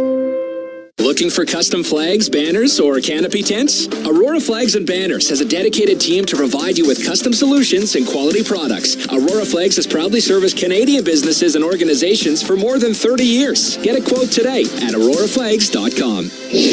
All games, all season. You're listening to the Oilers Radio Network. 1-0 hockey game in favor of New Jersey. Offensive zone draw for the Oilers. Draisaitl digs in against Nico Hischier. Face off, won by the Oilers. Ekholm a shot that was heading wide, and Jake Allen will put it to rest anyways. Allen won a cup in a backup role behind Jordan Binnington in 2019 as part of an 8-year run in St. Louis. Kind of lost his job that year. Binnington. Not kind of, he did. Right. All the way up from the ECHL, Binnington. What did Binnington go? Something like 20-3 down the stretch. I mean, it's hard to keep your job when a guy goes on that kind of heater. Yep. And he hasn't been that good again. Here's Draisaitl off the draw, centering pass, and somehow Podkolzin missed an empty net. Oh. That would have been his first goal since March of 2023. That's an absolute sitter that has to be deposited in a net. Well, and that's the kind of goal you don't get when you haven't scored in nearly 2 years. Like, perfectly executed play. Wow. Devils bring it the other way. Brett Pesce down low. Podkolzin has not scored officially in 32 NHL games. Remember, he only played a partial season last year in Vancouver as he fell out of favor with Rick Tocchet. Jack Hughes into the offensive zone. One-timer Siegenthaler blocked by Podkolzin. Rebound. Hughes whips a shot toward the net. That was blocked. Siegenthaler. Kovacevic across to Hughes, who bunts it into the opposite corner for Timo Meier. Flashed out to the point. Siegenthaler. Meier's fellow Swiss watches as a long shot from Brett disappears into the glove of Calvin Pickard. And it looked like Brett was disappointed that the Devils didn't have any sort of net front presence there for a tip. Still trying to figure out how. Look at Podkolzin's kind of dejected going back to the bench. Like a perfectly executed play. Oh, goodness. He might have had his stick tied up a little bit by Luke Hughes at the last instance, Bob. What do you make of this? Did he got a little bit tied up, but still you'd like to see him slide it home there. I tell you, he's got to put that one in there. Yeah. Off the draw, Jesper Bratt gives it up, shot, deflected. Pickard has no idea where the puck was. It landed at the feet of Darnell Nurse and then rifled up the middle by Nugent Hopkins. There won't be icing here as Hyman was picked out of the play. Jeff Skinner able to keep it alive. Tuck it inside Nugent Hopkins to Hyman. Had his shot blocked. Rebound Nurse. Off to Nugent Hopkins, and the Devils giving chase a bit in the offensive zone. Nugent Hopkins a shot briefly. Jake Allen lost sight of the puck, and now we're going to have our first penalty of the night. It'll be Zach Hyman, offensive zone penalty, and the Oilers are frustrated. They felt like they could have drawn a call or two in the preceding sequence. Instead, it'll be a slash against Hyman, and our first power play of the night arrives with 12 minutes to play in period 2. Never been a big fan of having referees work back-to-back games of the same teams. I realize it's economical for the league. You've only missed 4 so far.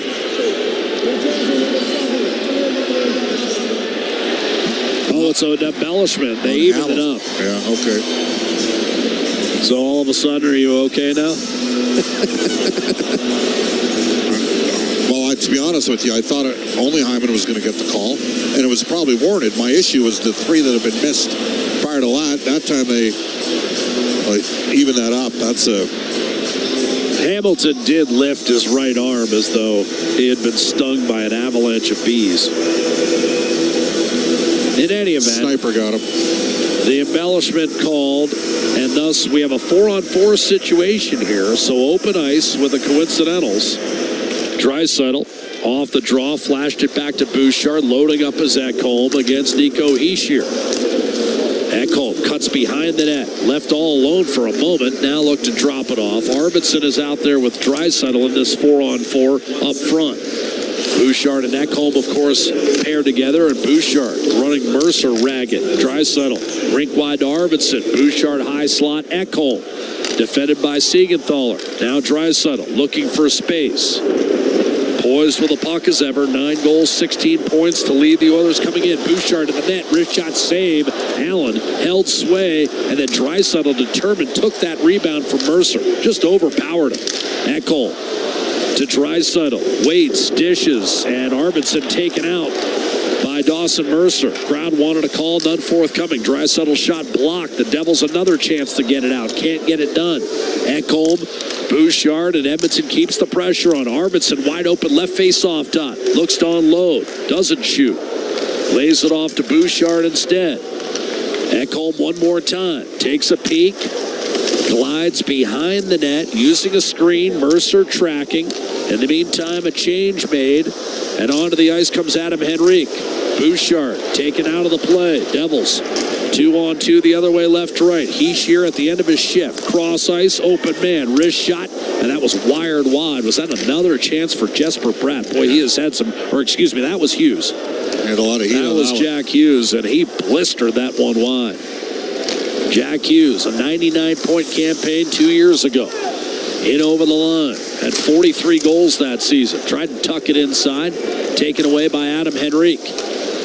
Lead pass, left-hand side, Darnell Nurse. Still 10 seconds left on the 4-on-4. Nurse short side, and Allen able to keep that one out. Rebound, Bratt. Looks up ice for Hughes, his running mate. Instead, Kovacevic.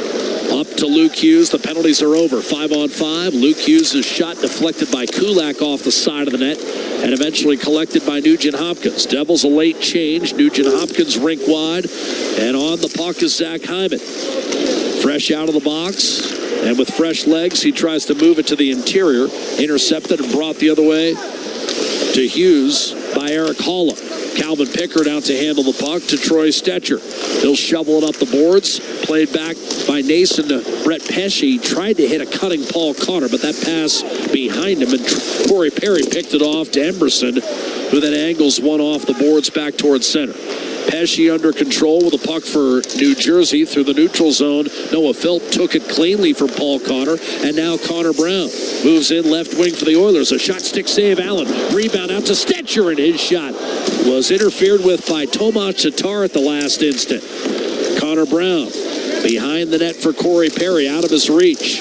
Cotter first on the puck for New Jersey. 9 minutes to play, second period. Devils still lead at 1-0 on that first period goal. 5 minutes in. Siegenthaler, icing will be waved off here. That could have been icing as Tatar went in on the forecheck, but Ekholm worked it free for Corey Perry, and now driving the right-hand side, Connor Brown, cross ice, one-timer, and a save made on Derek Ryan, who did not get all he wanted on that shot, Bob. Ekholm across. Bouchard faked the slapper, got right around McDermott, and then when he tried to center, Dougie Hamilton was able to pick it off. Oh, Hamilton gave it right back to Bouchard, who in turn was stripped from behind by Tatar.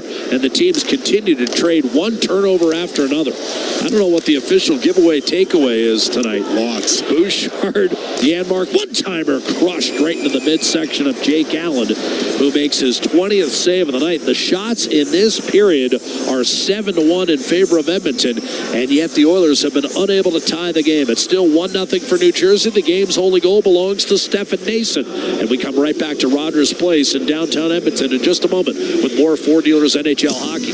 The Oilers Radio Network. Bloom Benefits offers amazing coverage that even the toughest hockey players can get behind. With excellent coverage, they offer things like massage. You want to go? Counseling services. Let's go. Dental coverage. That was not offside. And eye exams. With custom health coverage for any group of any size, Bloom Benefits make every team better, stronger, and healthier. Plans start from just $54 a month. Rethink your benefits today at bloombenefits.ca. Did you know that there are 9 Napa Auto Parts stores serving the greater Edmonton area and have been doing so for more than 50 years? Since Napa first opened in Edmonton, the community has grown and vehicles have changed, but you can always trust Napa Auto Parts to provide you with the expert know-how and the best vehicle parts. And if that isn't enough, every time you visit a Napa Auto Parts store when you present your AMA card, you receive an additional 10% discount on all retail parts and accessories. Visit your local Napa Auto Parts store for more offers and expert know-how. Napa Auto Parts is a proud fan of the Edmonton Oilers. Hockey season is back. And so are the deals at Boston Pizza. Cheer on your team while ordering off their game day menu, or come in and see what great promotions they have going on. At Boston Pizza, they always have something craveable for you to enjoy. Boston Pizza, proud partner of the Edmonton Oilers. Cheers to a great hockey season. Listen on air, online, and on the Radio Player Canada app. This is the Oilers Radio Network. 8:08 remaining second period. The Edmonton Oilers trail the New Jersey Devils 1-0, not for lack of try. Jake Allen has made 20 saves. Getting the call for the first time in a couple of weeks. 2-1-1 on the year, coming in with a save percentage of .876. Calvin Pickard looking for his fourth straight win. Arvidsson swarmed under. Siegenthaler dug it out for Bouchard. A slap shot to save made Jake Allen. Rebound trickled free, and the Devils are able to one-hand it back towards center. You thought that was a penalty on Arvidsson? No, yeah, a little bit, but I love the work ethic there for Colson. Keep the play alive. Draisaitl to put Colson right-hand side. Arvidsson smacked off his stick, and Put Colson will follow it up one more time. But Colson, each of the last two games, has made plays leading directly to Leon Draisaitl's goals. And Leon Draisaitl tried to set him up moments ago, and Put Colson missed an empty net. Lifted in by Dawson Mercer. Draisaitl with 9 goals, Bob. Only Hischier and 4 other players have more with 10. Right now, the Oilers probably deserve a better fate than to not have a goal on 21 shots. They played pretty well here. Ekholm left-hand side. Nugent Hopkins streaks in. Centers, and that was punched just over the net. What a drive by Zach Hyman as he tried to redirect it over Jake Allen and just missed. Crashed into Allen and then the net post. Goal off its moorings. It was 7:04 to go in the second period. Face-off upcoming with New Jersey still clinging to that 1-0 lead, but another good look and right on the tape from Nugent Hopkins. Hyman unable to find the range, and the face-off will come outside the blue line right in front of the Oiler bench, patrolled by Chris Knobloch, whose doppelganger in the building. Had a chance to chat with Dave Hackstall from Irma, Alberta, former head coach of the Philadelphia Flyers and the Seattle Kraken, now doing some scouting for himself, independent scouting, and taking a year to reassess. Dougie Hamilton, I'm sure we'll see him behind a bench not too far in the distant future. Driving in left-hand side, Hughes gives it up. Jesper Bratt to the point. Dougie Hamilton to drive, and a save made by Calvin Pickard, and he'll put that puck to rest. His 11th stop of the night with 6:40 to go in the second, and the New Jersey Devils still leading by a score of 1-0. Devils last year without Hischier and Hughes in the lineup together. That's their 1-2 punch down the middle. This is what I mean by the fact that they're just as valuable to Jersey maybe as McDavid and Draisaitl are to Edmonton, or at least in the same paragraph. 9-16-1 when they were missing one or both of them. And that's a 60-point pace, and that's enough to drop you out of the playoffs. Didn't help, but what was the save percentage again? 8-9-2. 27th in the league. That doesn't help either, Jim. No. If you don't have goaltending, Bob, as you know, you don't have anything. Pat Burns, goaltending 70% of hockey. Unless you don't have it, then it's 100% of hockey. Pat Burns won a Stanley Cup in New Jersey. Good anecdote, Bob. Here's Brown. Sent in deep. That was the only cup he won, was with the New Jersey Devils. Well, we would have never heard the end of it if he won in Toronto. Deflected back towards center. Here's Matthias Janmark. Luke Hughes muscling it free. Sheldon Keefe could not escape the pain of several first-round defeats. Did get to the second round once, but that was all, and ultimately the Maple Leafs could not live with that lack of postseason success. In fairness, tough division. Ekholm will shoot it in. You think? Florida and Boston, perennial minimum 100-point teams, if not greater than that. Boston, the all-time record a couple years ago. Ekholm, slide step by Bouchard, poke checked off his stick by Nason. Again, still the owner of the only goal of this hockey game. Came 5 minutes in, and it's still 1-0 as we approach the 5-minute mark of period 2. Devils with control of the puck. Siegenthaler And Kovacevic traded their own end. And then Siegenthaler's stick exploded on him. He's able to soccer up to center. But off that break, it's Corey Perry to Derek Ryan and now Evan Bouchard. He loads up. He waits. He shoots. And that just stayed out. High blocker. Rebound, battled for, and ultimately covered with Hyman and Perry buzzing that Devils net. A great break for Edmonton. And then Bouchard just misses short side against the blocker of Jake Allen. And the Oilers unable to come up with a rebound. Allen does, freezes it, and allows us one last break here in the second period where the Devils have been dominated, but they still lead it 1-0 on the strength of Jake Allen's 21 saves through 35 minutes. We're live at Rogers Place with Ford Dealers NHL Hockey, the Oilers Radio Network. Weather forecast? Ugh. Savings forecast? Cha-ching. Save up to $225 on a set of 4 select tires, plus a bonus $50 off any service of $150 at Fountain Tire until December 14th. Restrictions apply. Fountain Tire. We're on this road together. Hockey is back, and so is Play Alberta. Alberta's #1 sports book and the official partner of the Edmonton Oilers. Cheer for the Oilers while scoring bigger offers, boosted odds, live betting, player props, and more.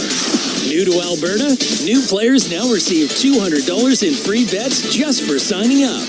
Already a player? Get a $10 free bet for every $100 you bet. Download the new Sportsbook app and make your picks today. Bonus terms and conditions apply. Blue-collar work deserves big-dollar perks. Get a heavy wallet with Heavy Metal Equipment and Rentals. Heavy Metal Equipment and Rentals is hiring heavy equipment technicians, maintenance supervisors, PM servicemen, maintenance coordinators, and pretty much every other position that makes Alberta go. We help move the earth that makes Alberta grow. So why not work for a company that makes your bank account grow too? Visit HeavyMetalEquipment.ca to find your new career. Heavy Metal Equipment and Rentals, helping you move the earth. Weather forecast? Ugh. Savings forecast? Cha-ching. Save up to $225 on a set of 4 select tires, plus a bonus $50 off any service of $150 at Fountain Tire until December 14th. Restrictions apply. Fountain Tire. We're on this road together. All games, all season. You're listening to the Oilers Radio Network. Face off to Jake Allen's left-hand side. Less than 5 minutes to play in this second period. The seen Edmonton outshoot New Jersey 8-2. But still, the score remains Devils 1 to the Oilers no score. Luke Hughes rifles a pass left side off of Hischier. Grabbed by Troy Stetcher up the right-hand side. Hischier again tied for the league lead with 10 goals coming into this game. He's had a 31-goal season. Solid two-way center iceman. Playing with Mercer and Timo Meier. Puck carved out of there and flipped up the right-hand side by Corey Perry. Looking for Derek Ryan. That was broken up. Now the Oilers have to tag back onside. Noah Philp recognized that. He backs off. Brett Pesce scampers up the right-hand side, and it's lifted in deep by Hischier. Calvin Pickard will drop it off for Troy Stetcher. Calvin Pickard, 32 years of age, limbering up yesterday before Calgary, doing a little hip exercises. Told me he's got to do those now at 32 to 22. Yeah, too many men, no question. And the Devils plead and get the first power play of the hockey game, time 16:06, and that's a bit of a gift. And Bob, as you know, the Devils have not been a good 5-on-5 team thus far this year. But on the power play and on the penalty kill, they've been very good. Power play clicking along at 29%. Meyer and the Devils bench quickly alerting the officials that Edmonton had too many. And that was a no-brainer. You don't get much more obvious than that. The Oilers face-offs this year, they're sliding a bit, but they're still fourth in the league, 54.7. The Devils at 50.7. But in this game, Oilers need a kill here. 61% dead last in the league, Bob. They keep getting nicked. Yeah. As you said, everything that could go wrong does go wrong on the penalty kill through the first 12 games. It's a huge kill right now. I was going to say, Edmonton's won 65% of the draws in this game. 13 goals allowed in 12 games for Edmonton's penalty killers. It's brought to you by Napa Auto Parts. And off the draw, Darnell Nurse will start the kill on the right foot with a drive up the left-hand side. Henrique, Nugent-Hopkins, and Ekholm round out the penalty-killing quartet. Devils bring it up ice. Bratt at center, weaving his way in and dishing off to Dougie Hamilton. Now Jack Hughes. Hamilton up top. Heischier, one-timer score. And the Devils extend to a 2-0 lead, and it's Jesper Bratt squeezing it through the 5-hole of Calvin Pickard. I don't know what it is, Bob, but it's Bratt more than any other Devil that sticks out as a guy who always seemed to stick it to Edmonton. That's his 7th goal in 11 career games against the Oilers. And the Oilers' penalty-killing woes continue. That was well executed. It was. And, you know, part of why they're going well in the power play is just the quickness of the puck movement. They're not static. Time 16:34 on the power play. And the Devils do have a 2-0 lead. Bratt, just his 3rd goal of the season. This was always going to be a tough game, even if you had Connor McDavid, second of a back-to-back against a fast team like this. And it didn't help that they were poor in Calgary on Friday night. Set in deep. Devils pour into the offensive zone. Heischier with the primary helper. Hamilton secondary. And as you mentioned, Bob, all 5 players touched the puck on that power play goal. Sent in deep. And Heischier, you know, that short little pass, it's a microcosm of what his game is all about. He's kind of their Nugent Hopkins. Makes all the fundamental plays at both ends of the rink and has just enough elite skill. Yeah, he's become Nuge does have a 100-point season, but Heischier's a heck of a player. Here's Zach Hyman in over the line, left wing, tries to tuck it inside, poke checked away. Derek Ryan trying to jam it home, and he's had a couple of looks tonight as Luke Hughes had him tied up, 2:37 to go in the second period. And I will give Luke Hughes some credit here. He tied up Podkolzin's stick a little bit, and that time with Derek Ryan at the doorstep, he was able to deny Ryan a real look, along with an old-school poke check from Jake Allen. Allen's had a good game, Jock. Well, he's perfect on 22 shots. 2-0. It's tough to be better on those 22 shots. I was going to say, he's a proven goalie. He's in his 13th year. He's logged a lot of tough miles. He's played behind good teams, played behind bad teams. He's seen it all, as you usually do when you're a decade plus in the league. Off the draw, Hamilton and Podkolzin engage behind the New Jersey net. Carefully brought up the left-hand side by Heischier. And from center ice, it's worked ahead. A big hit. Bratt was flattened by Darnell Nurse. Thrust around the boards, Brett Kulak. Now Podkolzin will gain the line. Drop pass for Draisaitl. Centering pass off the stick of Allen up on the glass. Arvidsson held the zone, albeit momentarily. Forced back to center with less than 2 minutes to play in the second period. I'll tell you what, the crowd has been quieted by that second New Jersey goal.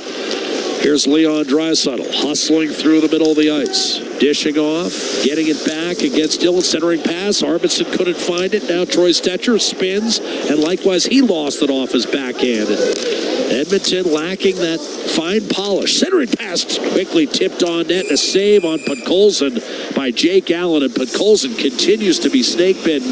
I would suggest to you Dan Vladar's best save of the night last night in Calgary was against Podkolzin. Excellent play from Emerson. He activated down the right side and then short side pass in front. Podkolzin nearly tapped that one home. And Hughes got, the Guardian got a little lucky there. Jake Allen. And it's been part of the storyline here tonight. 25 career shutouts for Jake Allen.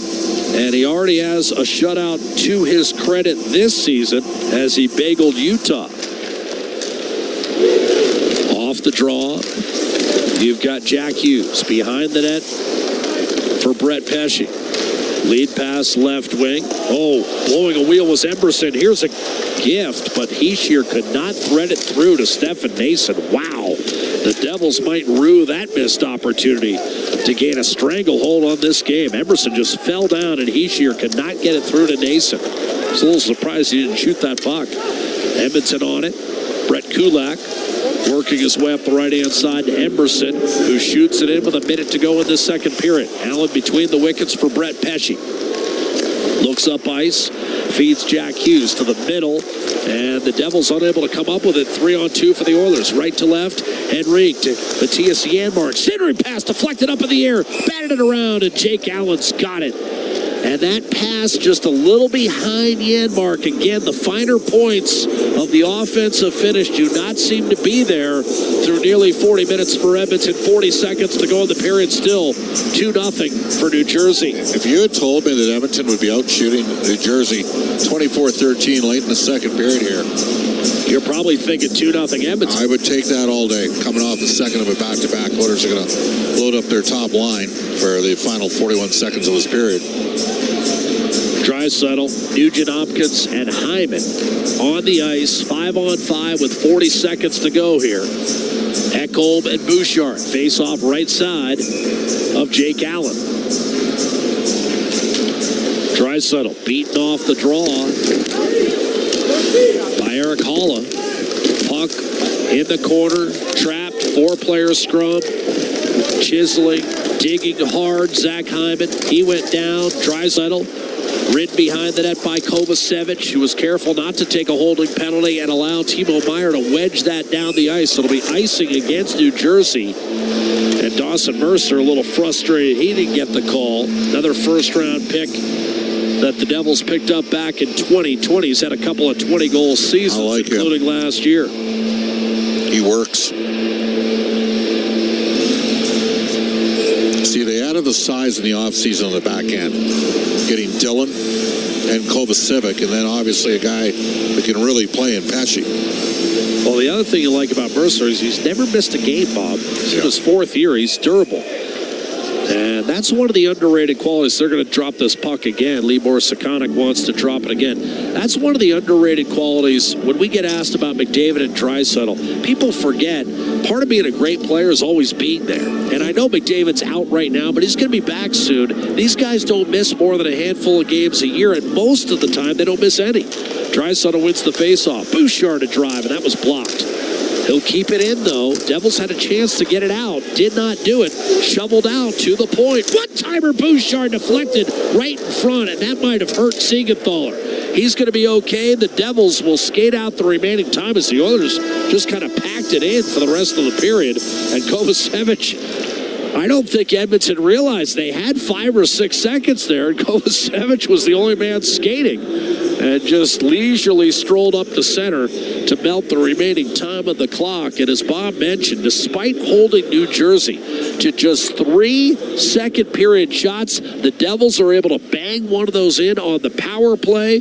Jesper Bratt with the conversion that follows up Stefan Nason's goal 5 minutes in, and as a result, the Oilers trudged to their dressing room, no doubt a bit frustrated, having outshot New Jersey by a nearly 2-1 margin, and yet trailing in this game by a score of 2-0. Oilers have done some good things, and they've dominated the shot share and the zone time. But right now, Jake Allen's putting up a wall in the net. Now, New Jersey's missed some opportunities off the rush, but the Oilers have missed some glorious chances too. And they're going to have to summon a lot of energy here in the third period to find a way to... Well, the Devils got one look in that second period and it went in. It scored on 1 of 3 shots. Right. So... And they, you're right. Both teams had all kinds of chances in the first period. First period could have been tied at 3, quite honestly. That's how good the chances were. They dried up for New Jersey in the second. Oilers had some good looks, and I would agree with you. I mean, Jake Allen has been good tonight. He's also gotten a couple of bounces to go his way. That's the biggest thing, is he's, and for Pickard, first one, got a pretty good look at it. That one, a great fly-away passing play. Yeah. Point-blank look. That one went through Pickard. 5-hole, yep. 5-hole through Pickard. Lots of work for the Oilers to do here in the third. We'll see what sort of juice they got left, Jack. Nason is 6th. Bratt with a goal and an assist tonight. And that conversion on the power play, that's the other thing. The Oilers are leaking power play goals. They've given up 14 in 13 games this season.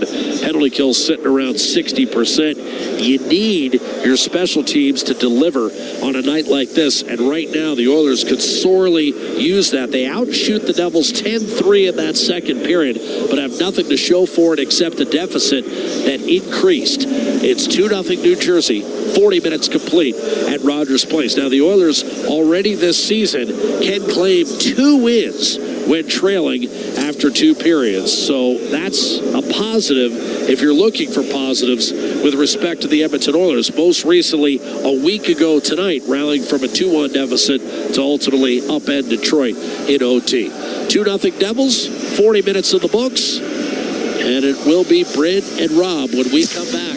Live coverage, Rogers Place, downtown Edmonton, for Dealers NHL Hockey. The Oilers Radio Network.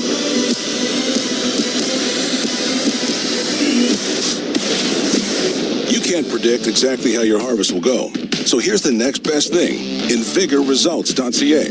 Featuring localized and replicated trial results, you can see how InVigor canola hybrids could perform in your fields. But more importantly, the results demonstrate our consistent track record and undisputed leadership, giving you the confidence to flex your harvest muscle season after season. Go to InVigorResults.ca to see results in your area today. Stay connected with your community and enjoy the latest updates and exclusive access to concerts and events by becoming an 880 CHED Insider. Don't miss out on a single moment. Sign up now at 880ched.com and click on CHED Insider Newsletter to become a vital part of Edmonton's premier news and talk community. 880 CHED, Edmonton's news, today's talk, where Edmonton stays informed and entertained today and every day. The intermission, brought to you by End of the Roll Flooring Centers. Let's get flooring. I mean, it's hard to keep your job when a guy goes on that kind of heater. Yep. And he hasn't been that good again. Here's Draisaitl off the draw, centering pass, and somehow put goals and missed an empty net. That would have been his first goal since March of 2023. And that's our Highlight Zone, brought to you by Century Casinos. All in, all games, all season. Century Casinos, with 3 great locations in Edmonton, St. Albert, and right next to the Edmonton International Airport. Welcome to the Winter Zone. Welcome to the second intermission. Bryn Griffiths along with Rob Brown here, Rogers Place, and after 40 minutes of play, it is a 2-0 score in favor of the visiting New Jersey Devils.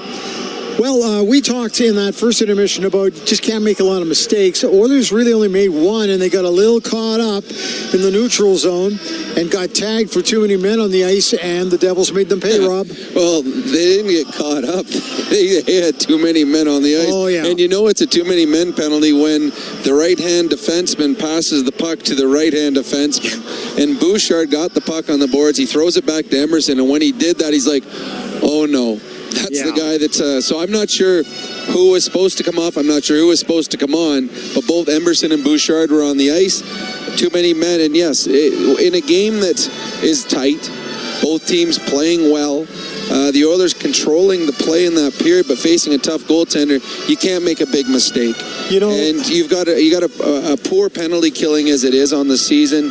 So you blink first, you make the first big mistake, you give the New Jersey Devils, who have a fairly good power play, you give them a chance, and they make you pay quickly. That was just an unfortunate mistake that cost the Oilers dearly. It's one of the very few times I'm staring right at what happened on that one, and Noah Philp he was going to go off the ice, and at the last second veered away from the bench, went back into the play. But that wouldn't be his man though. It was 3 defensemen though. Yeah, but what I was watching, the one forward was basically just straddled on the bench, and you could just see there was all sorts of confusion on that bench, and then it ended up being a defenseman that came out onto the play. It just all of a sudden, in the span of about 20 seconds there, it just went crazy for them. It was a miscommunication. Oh yeah, I'm not sure if Emerson came on for Bouchard or if Bouchard came on for Emerson, but for the Oilers, both of them were on the ice, and that one was easy. That was easy to find for the referees as the 6 were out there for a while. And again, those are the mistakes that haunt you. You're playing well, outplayed the Devils quite badly in that period, carried most of the play. And then the one thing that has really struggled for the Oilers this year is their penalty killing. And you make a mistake, you're hoping your penalty killing unit can bail you out. And I don't know how many seconds it was into the power play. It wasn't very long. No. And they set it up. Everyone's touched the puck on the Devils team, ends up in the slot, and nobody's covering Jesper Brett, and he makes no mistake. And all of a sudden, the Edmonton Oilers have a much bigger hill to climb here in the final 20. Well, the other thing, they can't beat Jake Allen, who's been very steady today. They outshot the Devils 11-3 in that second period. It's just doesn't seem to be there. Like there just seems to be missing a little bit of a spark, but yet they've had their chances. Well, yeah, they've had the chances, and Allen has been good. He's been fortunate. The Oilers, when you're a team that is as good on the face-offs as they are, you have a lot of set plays. Leon and Connor, they have the most set ones for their line and their line mates. And Leon had a set play. They won it back, and it comes back to Bouchard. He finds Leon back door, but Colson knows where he's supposed to. He goes in front of the net. Now, he puts that in. It looks easy. I'm telling you, it's not. I know the net was completely open, but Colson didn't have his body turned, so when he hits the puck, it's going into the net, and there was a defender on him. But that's one that if you want to stay in the top six, and Colson certainly does, and he's earned that spot. He's played very, very well. Those are the ones that you have to put in the net.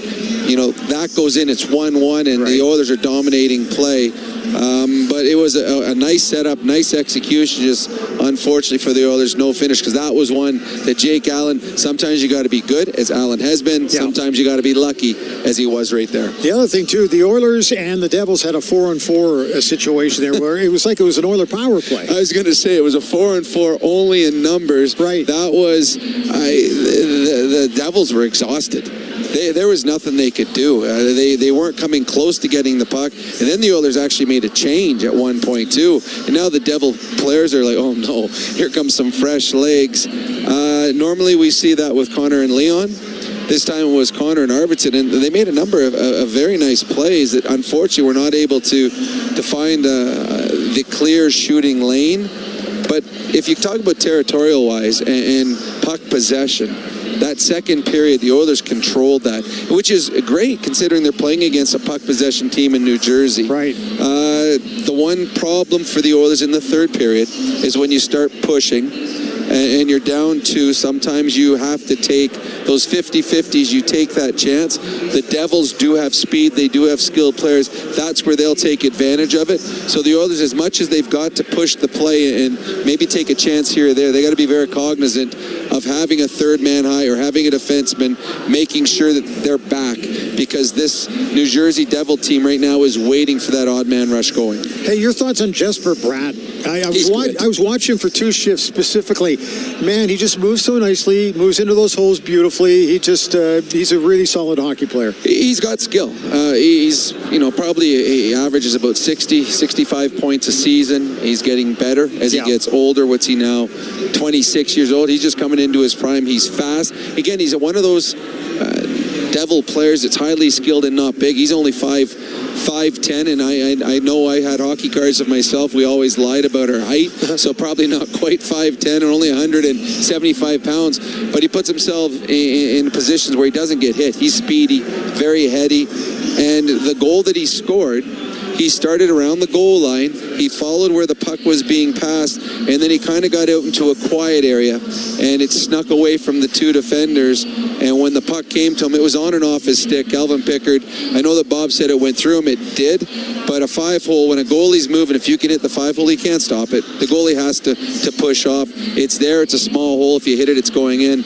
And unfortunately for the Oilers, Jesper Bratt found it. Rob, we have about 30 seconds. What do the Oilers have to do here in the third period? Just more of the same and hope you get a few bounces? More of the same and find the back of the net. Right. They've done a lot good in this game. 23 shots. I bet you they got close to a dozen grade A scoring chances. They're getting the looks. There's been a desperation by the Devils. You saw at the very end, the Devil player, Siegenthaler, just laying on the ice in front of the goalie. There's desperation, but the Oilers just keep doing more of the same.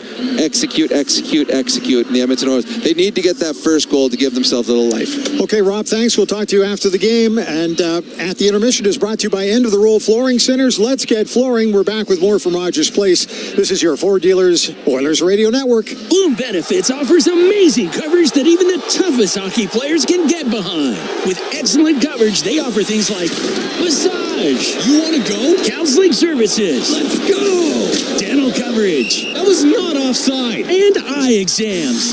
With custom health coverage for any group of any size, Bloom benefits make every team better, stronger, and healthier. Plans start from just $54 a month. Rethink your benefits today at bloombenefits.ca. Hockey is back, and so is Play Alberta, Alberta's #1 sports book and the official partner of the Edmonton Oilers. Cheer for the Oilers while scoring bigger offers, boosted odds, live betting, player props, and more. New to Alberta? New players now receive $200 in free bets just for signing up. Already a player? Get a $10 free bet for every $100 you bet. Download the new Sportsbook app and make your picks today. Bonus terms and conditions apply. Over the last decade, the world of work has changed dramatically. It's a change that can cause a disconnect between a company and its employees. But a partnership with Aon can help by making decisions that create a more flexible, engaged, and resilient workforce. Aon's experience and expertise, global understanding, and advanced analytics ensure that every client is better informed and better advised so that they can make better decisions. Whatever the next decade brings, Aon is in the business of better decisions. This is Global News at the second intermission. I'm Zach Ferguson. The federal government is going to require oil and gas producers in Canada to cut greenhouse gas emissions by 1/3 over the next 8 years. The new regulations from Environment Minister Stephen Guilbeault aim to reward lower emitting producers and incentivize higher polluting ones to do more. Alberta Premier Danielle Smith called the measures unrealistic targets and promises she'll fight the regulations in court. More than 700 unionized workers at British Columbia ports are being locked out in a move that the union says will shut down all ports across the province until further notice. The BC Maritime Employers Association says it made the difficult decision to lock out foremen after the International Longshore and Warehouse Union started an industry-wide strike action. Vice President Kamala Harris and former President Donald Trump have made their final pitches to voters in the same part of Pennsylvania at roughly the same time in the United States. The two presidential hopefuls spent the last full day of the presidential campaign in a state that could make or break their chances at the White House. I'm Zach Ferguson. Your next scheduled newscast is after the game on 880 CHED. The holiday countdown has started at Freedom Ford. Unbeatable deals on 2024 models with savings up to $15,000 and 0% financing. Plus, enjoy up to $10,000 cash back on your new Ford. Hurry, these offers won't last. MIC is a leader in medical imaging and the official medical imaging provider to the Edmonton Oilers. Make MIC your choice.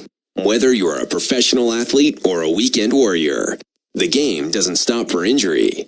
MIC's sports medicine imaging specialists can help you get back in the game with a timely and expert diagnosis. Go where the pros go. For a location near you, visit mic.ca. Chemco is more than just a trusted local name. Chemco has been building industry across Canada for more than 60 years. From engineering through to commissioning, construction, maintenance, and beyond, Chemco's multidiscipline approach stands firmly on the belief that Chemco cares. It's not just what they do, it's how they do it. Visit Chemco.com and discover how they can support your project today. Chemco, proud fans of the Edmonton Oilers, serving and supporting communities across Canada for over 60 years. The holiday countdown has started at Freedom Ford. Unbeatable deals on 2024 models with savings up to $15,000 and 0% financing. Plus, enjoy up to $10,000 cash back on your new Ford. Hurry, these offers won't last. The intermission, brought to you by End of the Roll Flooring Centers. Let's get flooring. Brent Griffiths back at Rogers Place after 40 minutes of play. The New Jersey Devils lead the Edmonton Oilers 2-0.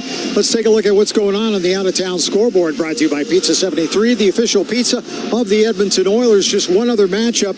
They are late in the third period. The Los Angeles Kings with a 2-0 lead on the hometown Nashville Predators.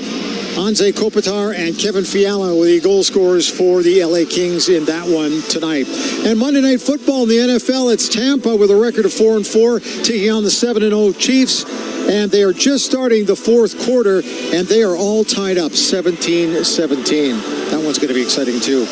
Coming back for an exciting third period. That's your out-of-town scoreboard, brought to you by Pizza 73, the official pizza of the Edmonton Oilers. Players returning to the ice after intermission. Brought to you by End of the Roll Flooring Centers. Let's get flooring. This is the Ford Dealers Oilers Radio Network. Real Canadian Superstore has more ways to save than any other major grocer. Check out their weekly flyer for PC Optimum offers, deals on club size, no name, and always low-priced everyday items. Visit in-store to find everything from fashion and home decor to toys and electronics. And don't forget their new fresh promise on produce. If your produce isn't fresh, they'll replace it and refund it. There are so many ways to save at Real Canadian Superstore. See their flyer for details. The Edmonton Oilers Community Foundation 50-50, presented by Rogers, is back and bigger than ever. The largest 50-50 in sports offers early bird draws, bonus raffles, and a main jackpot, which is growing by the second. With over $100 million invested across oil country, your support directly helps kids, families, and communities in need. Maybe you'll be our next winner. Get your tickets right now at EdmontonOilers.com and help make oil country a better place. AGLC license number 696879. It's game on at City Ford. With an all-star lineup of 2024 Ford favorites, save up to $5,000 on Escapes, up to $6,000 on Bronco Sports, and up to $16,000 on F-150s. Plus, find 0% financing options available on all 3 vehicles. Score an all-star deal today and spin and win an iPad, Oilers merch, Costco card, even a trip to Vegas. Visit City Ford on the St. Albert Trail. Listen on air, online, and on the Radio Player Canada app. This is the Oilers Radio Network. Welcome back inside our Legacy Heating and Cooling broadcast booth. 2-0 New Jersey as we head to the third period. Nason in the first at even strength. Pratt in the second on the power play. And a reminder, tonight's 50-50 jackpot sitting at $530,000 and benefiting the Stollery Children's Hospital Foundation, giving kids the best chance to live a long and healthy life. Can't think of a better cause than that one. And for Oiler partisans, they couldn't think of a better scenario than a third period comeback tonight against the New Jersey Devils. Off the face-off, the Devils send it in deep. Bouchard turns and fires down the middle. That'll be an icing call 11 seconds into the third period. The Oilers have outshot the Devils 23-13. And as my broadcast partner Bob Stauffer noted, have done a lot of good things. But the one thing they haven't done really on a regular basis this year is score. Yeah, and they're now 2-0. They've scored 5 goals one time this season. Highest scoring team in the NHL over the last 2 seasons in the regular season. And they're in the bottom 5 right now. Off the draw.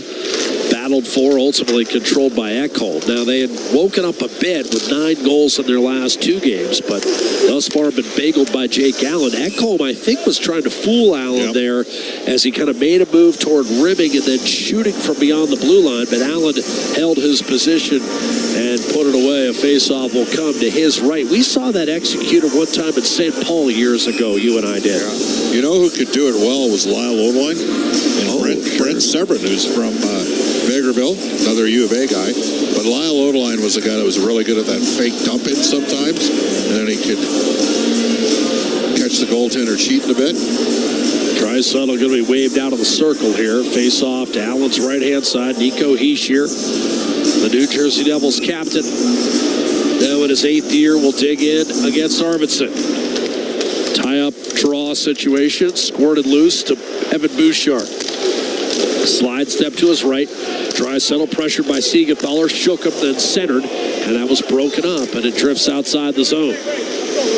Arvidsson to Evan Bouchard. Opening minute, third period. The Oilers trail 2-0 on home ice. And once again, Bob, it seems like every year, early in the season, the Oilers are better on the road than they are at home. Bouchard to Perry, but done a lot of things right tonight. Perry tried to bring it back to his backhand, couldn't get a shot away against Luke Hughes. Kept alive by Arvidsson, out to Bouchard and then Ekholm. High slot, Draisaitl. He was chopped down, and that'll be our first penalty of the night.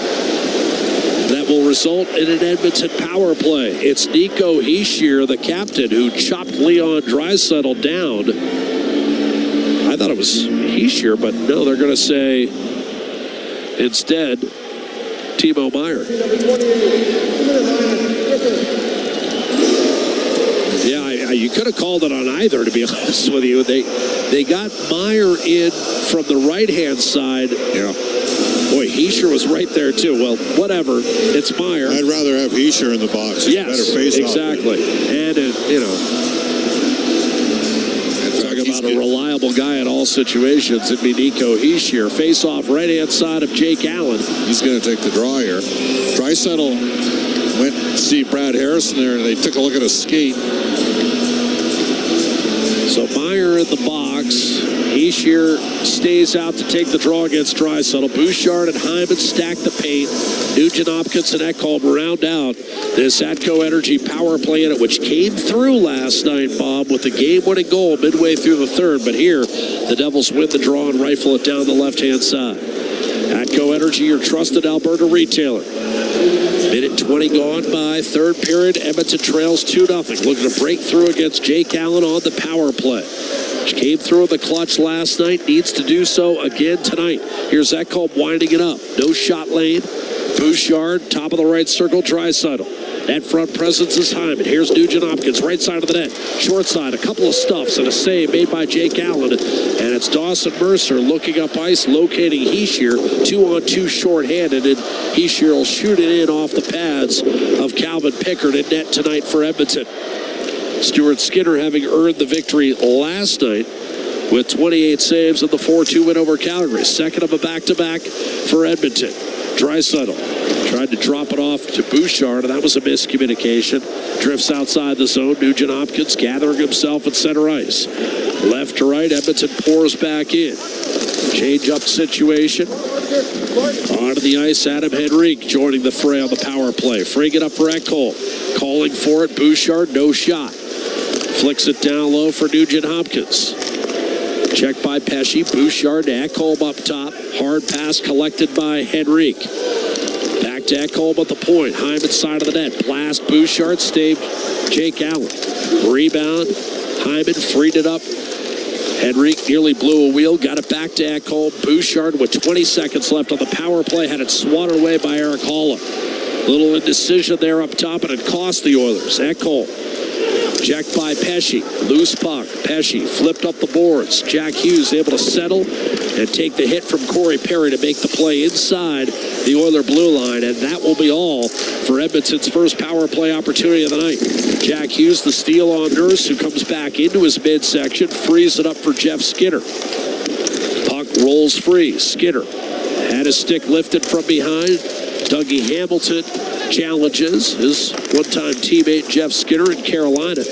And now a burst of speed up the right-hand side from Andre Palat. Hamilton comes over to guide it back toward the Oiler blue line, and it's a reset for Darnell Nurse and Troy Stetcher. 3.5 gone by, third period. Punched forward by Noah Philp.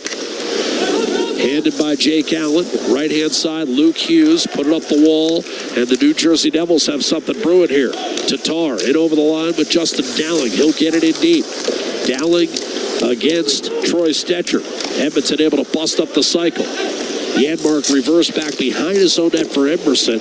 Stetcher then threw it up the boards. Janmark can't make a play on it, and Paul Cotter takes over for New Jersey. Second life for the Devils in the offensive zone on a play that seemed dead.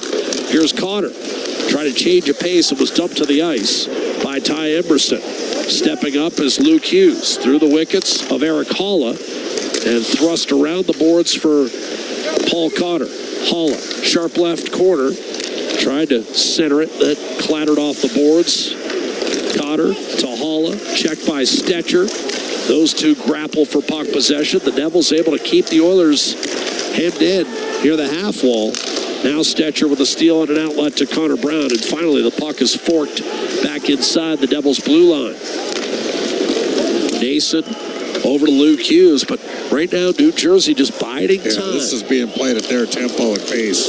They got this game in lockdown right now. Chipped in by Andre Palat. Now the Devils are not your dad's Devils. This is not a lockdown team. Still prone to leaks defensively. Shot in by Leon Draisaitl. Here comes Colson barreling down the right-hand side with Kulak. Draisaitl had it trickle off his stick. Victor Arvidsson given some space coming off the left half boards, but when he tried to center, it was tipped. And Palat will break it out for New Jersey. Jesper Bratt challenging, centering for Jack Hughes. Nowhere to move the puck. Bratt gives it back to Kovacevic. And down low one more time for Hughes. Palat behind the net for Jesper Bratt. Centers, and that was deflected away from Jack Hughes, who was barreling down the slot. Dillon over to Kovacevic. Jack Hughes. He'll send it down low, and Darnell Nurse will pick up a loose puck. The Devils just wanted a change. Arvidsson will bring it to center for the Oilers, left to right. From the blue line, he'll float one toward the net. Allen gave up a rebound, but was cleared safely to center, and Bouchard and Ekholm have to fall back. The Oilers' 20 minutes to live is down to 14. Dawson Mercer in over the line. Play is onside as he'll wrist one down deep. Meyer tucks it in front. Wrist shot somehow stayed out. Nico Hischier had Pickard down and out and failed to bury it. And that may prove costly for the Devils. That would have been the insurance goal they needed. Hamilton trying to buy a call on the far side. He got shaken up.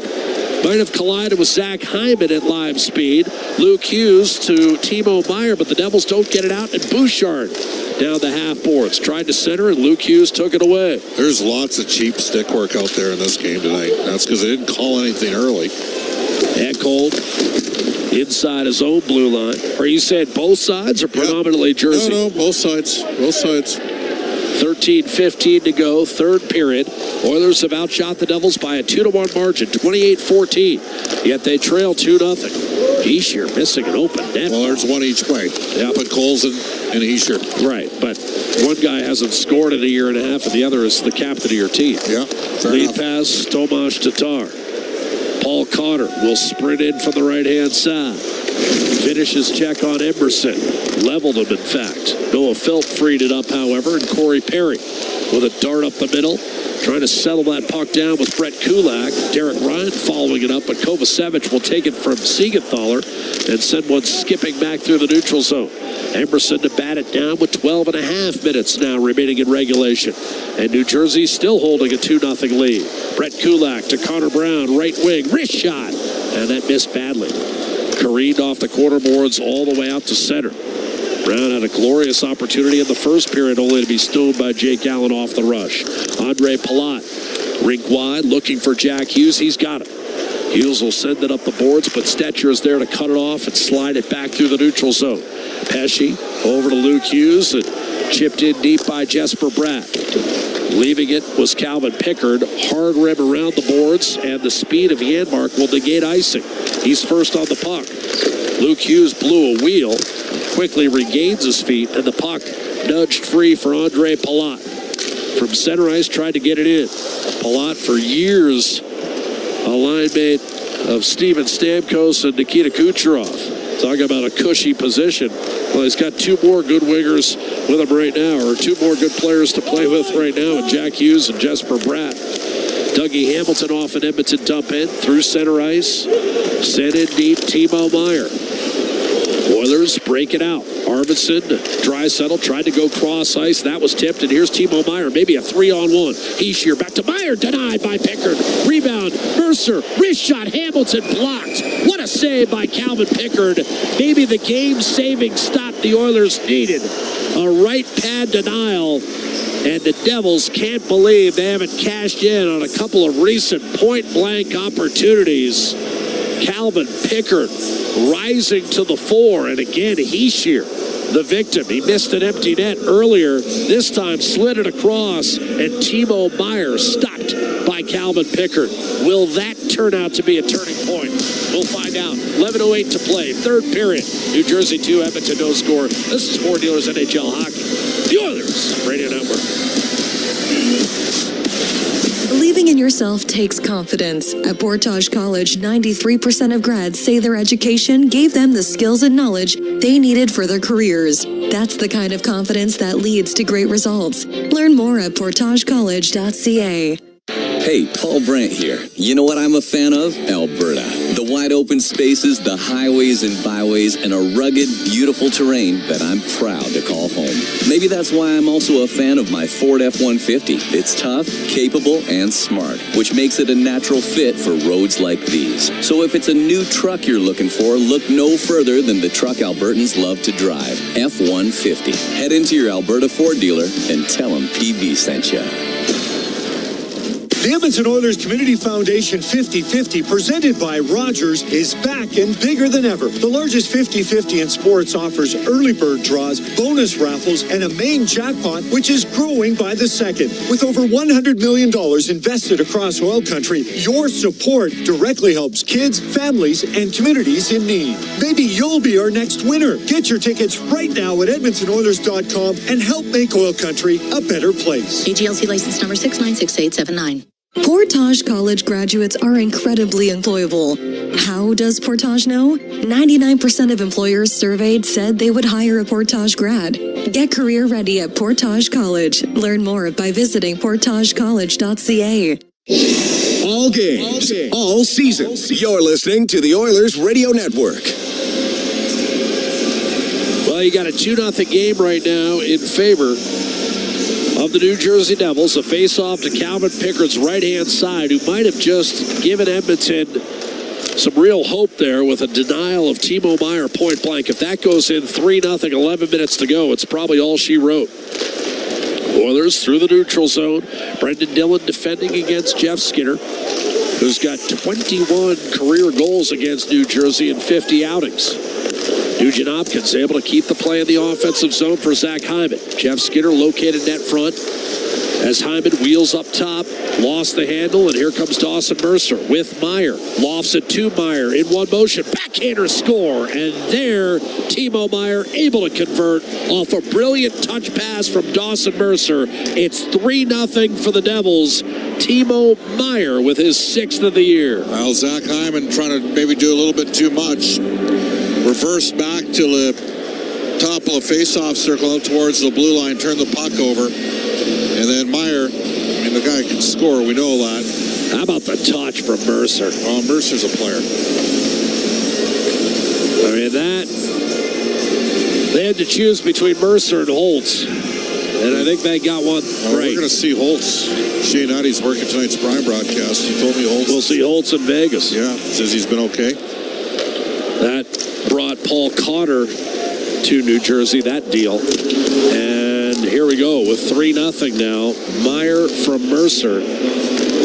And the Devils in control at 3-0. Noah Filt will send it in deep.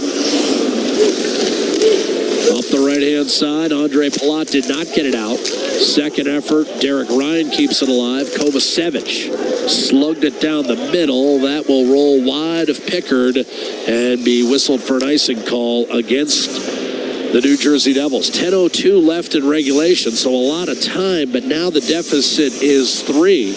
And as Bob mentioned, despite not necessarily being noted as a lockdown defensive club, they're way better on D. They are better on D, and Jake Allen has been perfect. And now they're talking about this, whether or not it should be the icing. I don't think it should be. I think it should be a face-off just outside the New Jersey blue line. No, they're gonna say it's a face-off in the Devil's zone, I think. I don't know why it would be on the dot outside the blue line. That would seem to be a strange compromise, but as they sort it out, players bottom line around. here is the Oilers had some early chances. I think whoever scored the first goal in this game was going to be important. I mean, Edmonton played the night before in Calgary. Well, especially the magnitude of the chances, the volume of the chances in the first period, and it went New Jersey's way in a game that could have been 3-3 after the first. Natural stat trick had the 5-on-5 scoring chances. 1 point at 15-2. Now, I don't know if I buy that. Maybe they're not counting the misses that New Jersey had. But, man, oh, man. Face off right side of Allen after the icing call whistled against New Jersey. This is a game where the Oilers, it looks like they can't buy a goal. Well, still lots of time. 10 minutes to go. The Oilers have outshot the Devils 28-16. But Pickard makes a great save on Meyer, and then you give him another chance point blank. And, the Devils, as you pointed out, they've got enough skill guys where they can cash in on those if you give them enough opportunities. And the Oilers are down the biggest skill guy in Connor McDavid. They're still trying to sort out who was on the ice for the Devils at the time of that icing call. And this is now, Bob, closing in on a 2-minute delay. I mean, you don't see this that often. And we've seen... The only thing that's going to take longer than this is some of those votes that they're going to count in those swing states, John. Face off to Jake Allen's right, including my home state, Pennsylvania. That one won't be decided for a while, I don't think. Here's Siegenthaler up the left-hand side. Paul Cotter freed it up. Halla tucked it inside the Oiler blue line. Bouchard tried to backhand it through traffic up front. And Siegenthaler to Kovacevic and spilled in smartly by Stefan Nason. So let's see how the Devils handle prosperity here. They were shut out by Calgary 3-0 on Friday night. Now, 72 hours later, after a detour through Banff, they've got a 3-0 lead. Draisaitl to Hyman in over the line to Matthias Ekholm. High slot, Bouchard, top of the right circle. Draisaitl, who came in 12th of the league in scoring, and again tied for 5th in goals. Draisaitl kept it in a second time. Luke Hughes, given a third opportunity to clear, made certain of it. And a line change coming for New Jersey as Matthias Ekholm will settle it down, and Edmonton's top line changed out. Put Colson on the ice with Ryan Nugent-Hopkins and Jeff Skinner. Nugent-Hopkins kicks it back, fired wide by Emerson, crushed by Kulak off the side of the net. Jeff Skinner tried to bank it off the New Jersey goaltender, and it was loose in the blue point for a moment before Allen was able to settle it down. Jake Allen has never shut out Edmonton, and this is his 22nd appearance, again over a 13-year career against the Edmonton Oilers. Well, he's 849 away from getting the shutout tonight. His last win, October the 14th, was a bagel over Utah. He's got Edmonton looking at a 3-0 score sheet right now. We'll be right back with more live third period play-by-play. This is 4 Dealers NHL Hockey, the Oilers Radio Network. Sportsnet Plus is your ultimate destination for Oilers games. Stream more matchups than anywhere else. Spectacular! Catch Oilers action all season. Plans starting at $19.99 a month. Subscribe now at sportsnetplus.ca. Did you know that there are 9 Napa Auto Parts stores serving the greater Edmonton area and have been doing so for more than 50 years? Since Napa first opened in Edmonton, the community has grown and vehicles have changed, but you can always trust Napa Auto Parts to provide you with the expert know-how and the best vehicle parts. And if that isn't enough, every time you visit a Napa Auto Parts store when you present your AMA card, you receive an additional 10% discount on all retail parts and accessories. Visit your local Napa Auto Parts store for more offers and expert know-how. Napa Auto Parts is a proud fan of the Edmonton Oilers. MIC is a leader in medical imaging and the official medical imaging provider to the Edmonton Oilers. Make MIC your choice. Whether you're a professional athlete or a weekend warrior, the game doesn't stop for injury. MIC's sports medicine imaging specialists can help you get back in the game with a timely and expert diagnosis. Go where the pros go. For a location near you, visit mic.ca. Sportsnet Plus is your ultimate destination for Oilers games. Stream more matchups than anywhere else. Spectacular! Catch Oilers action all season. Plans starting at $19.99 a month. Subscribe now at sportsnetplus.ca. Listen on air, online, and on the Radio Player Canada app. This is the Oilers Radio Network. 3-0 hockey game for New Jersey. A face-off to the right side of Jake Allen. Devils with single tallies in each of the 3 periods. Nason at even strength in the first. Brad on the power play in the second. And Meyer in the third.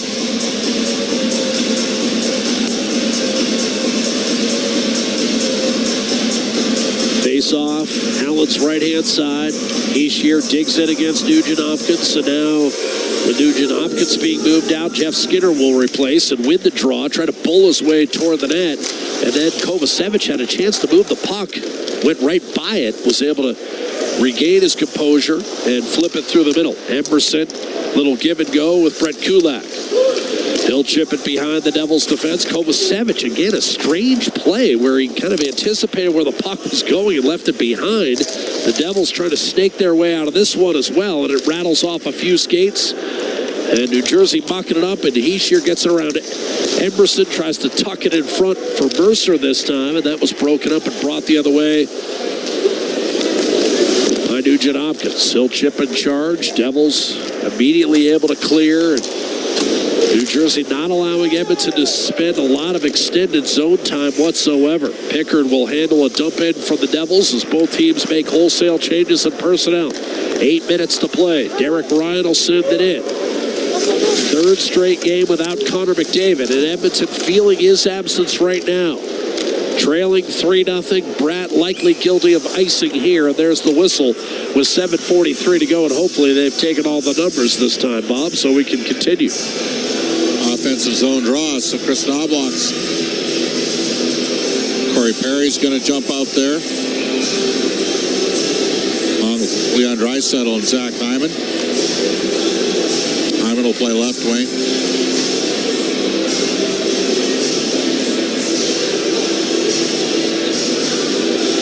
Face off.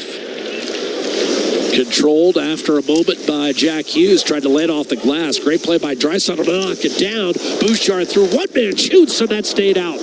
Allen tried to get there. He was tied up in front, and Palat smartly backhanded it up the left-hand side to buy his goaltender some time.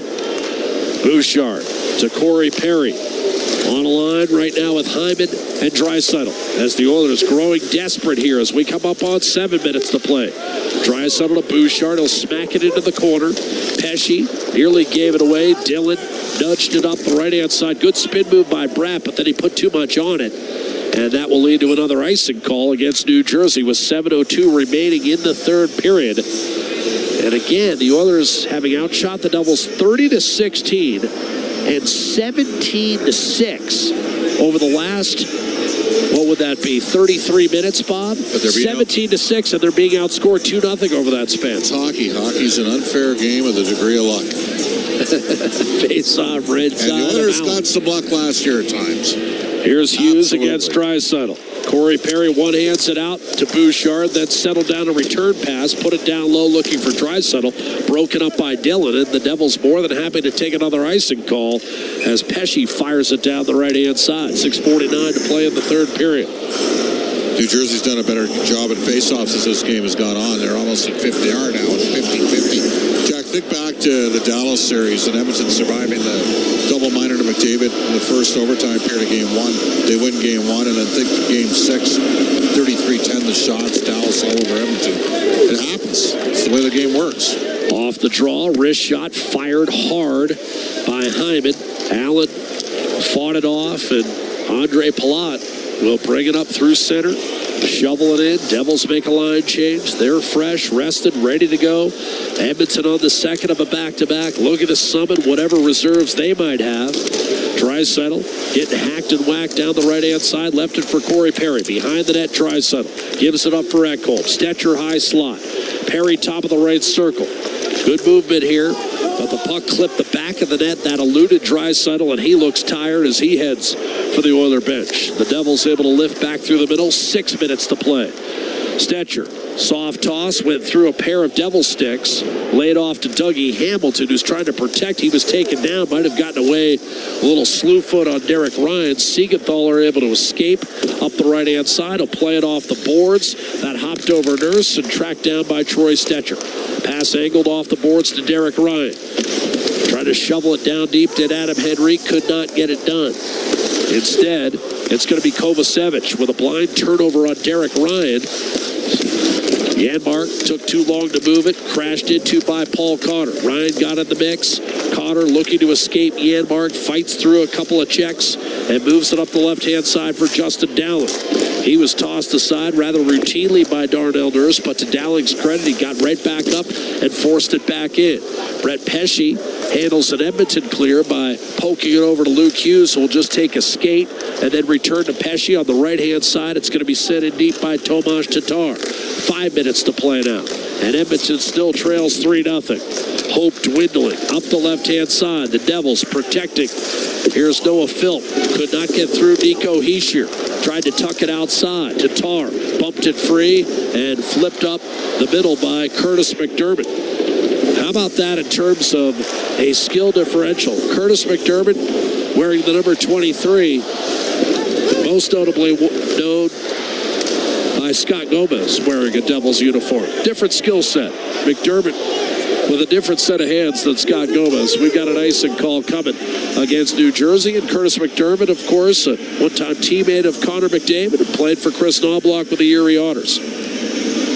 Yeah, hard-nosed, tough guy. They had three real tough defensemen, and they were part of that Erie Otters team. As Calvin Pickard's off the ice here, the Oilers are going to pull him. Chris Knobloch beat Sheldon Keefe. Erie in the Sioux that year. Darnell was in the Sioux.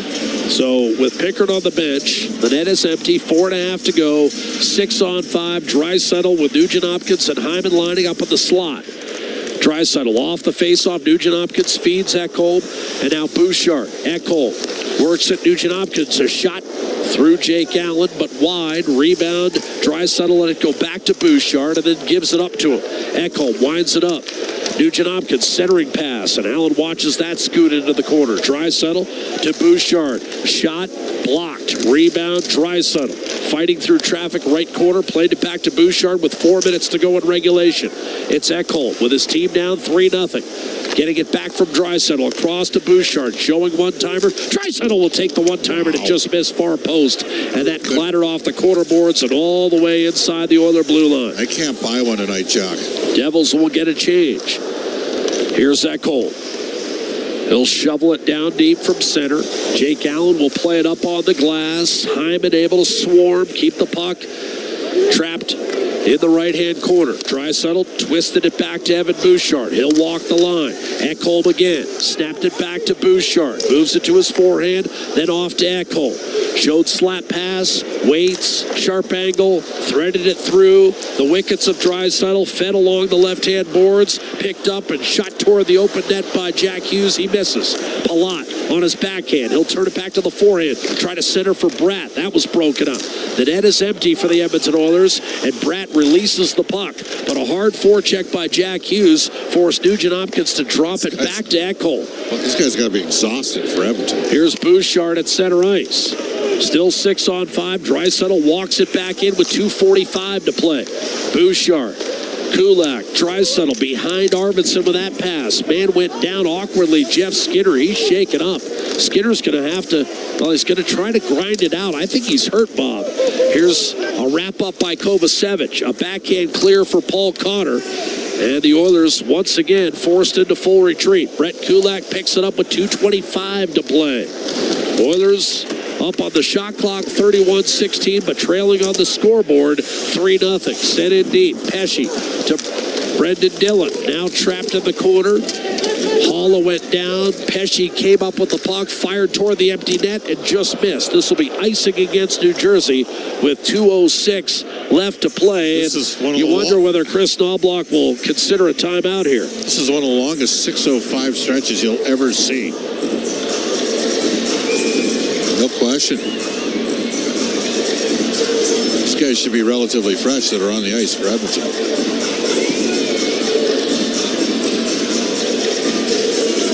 Right side of goaltender Jake Allen. Off the draw, the Devils come up with a puck.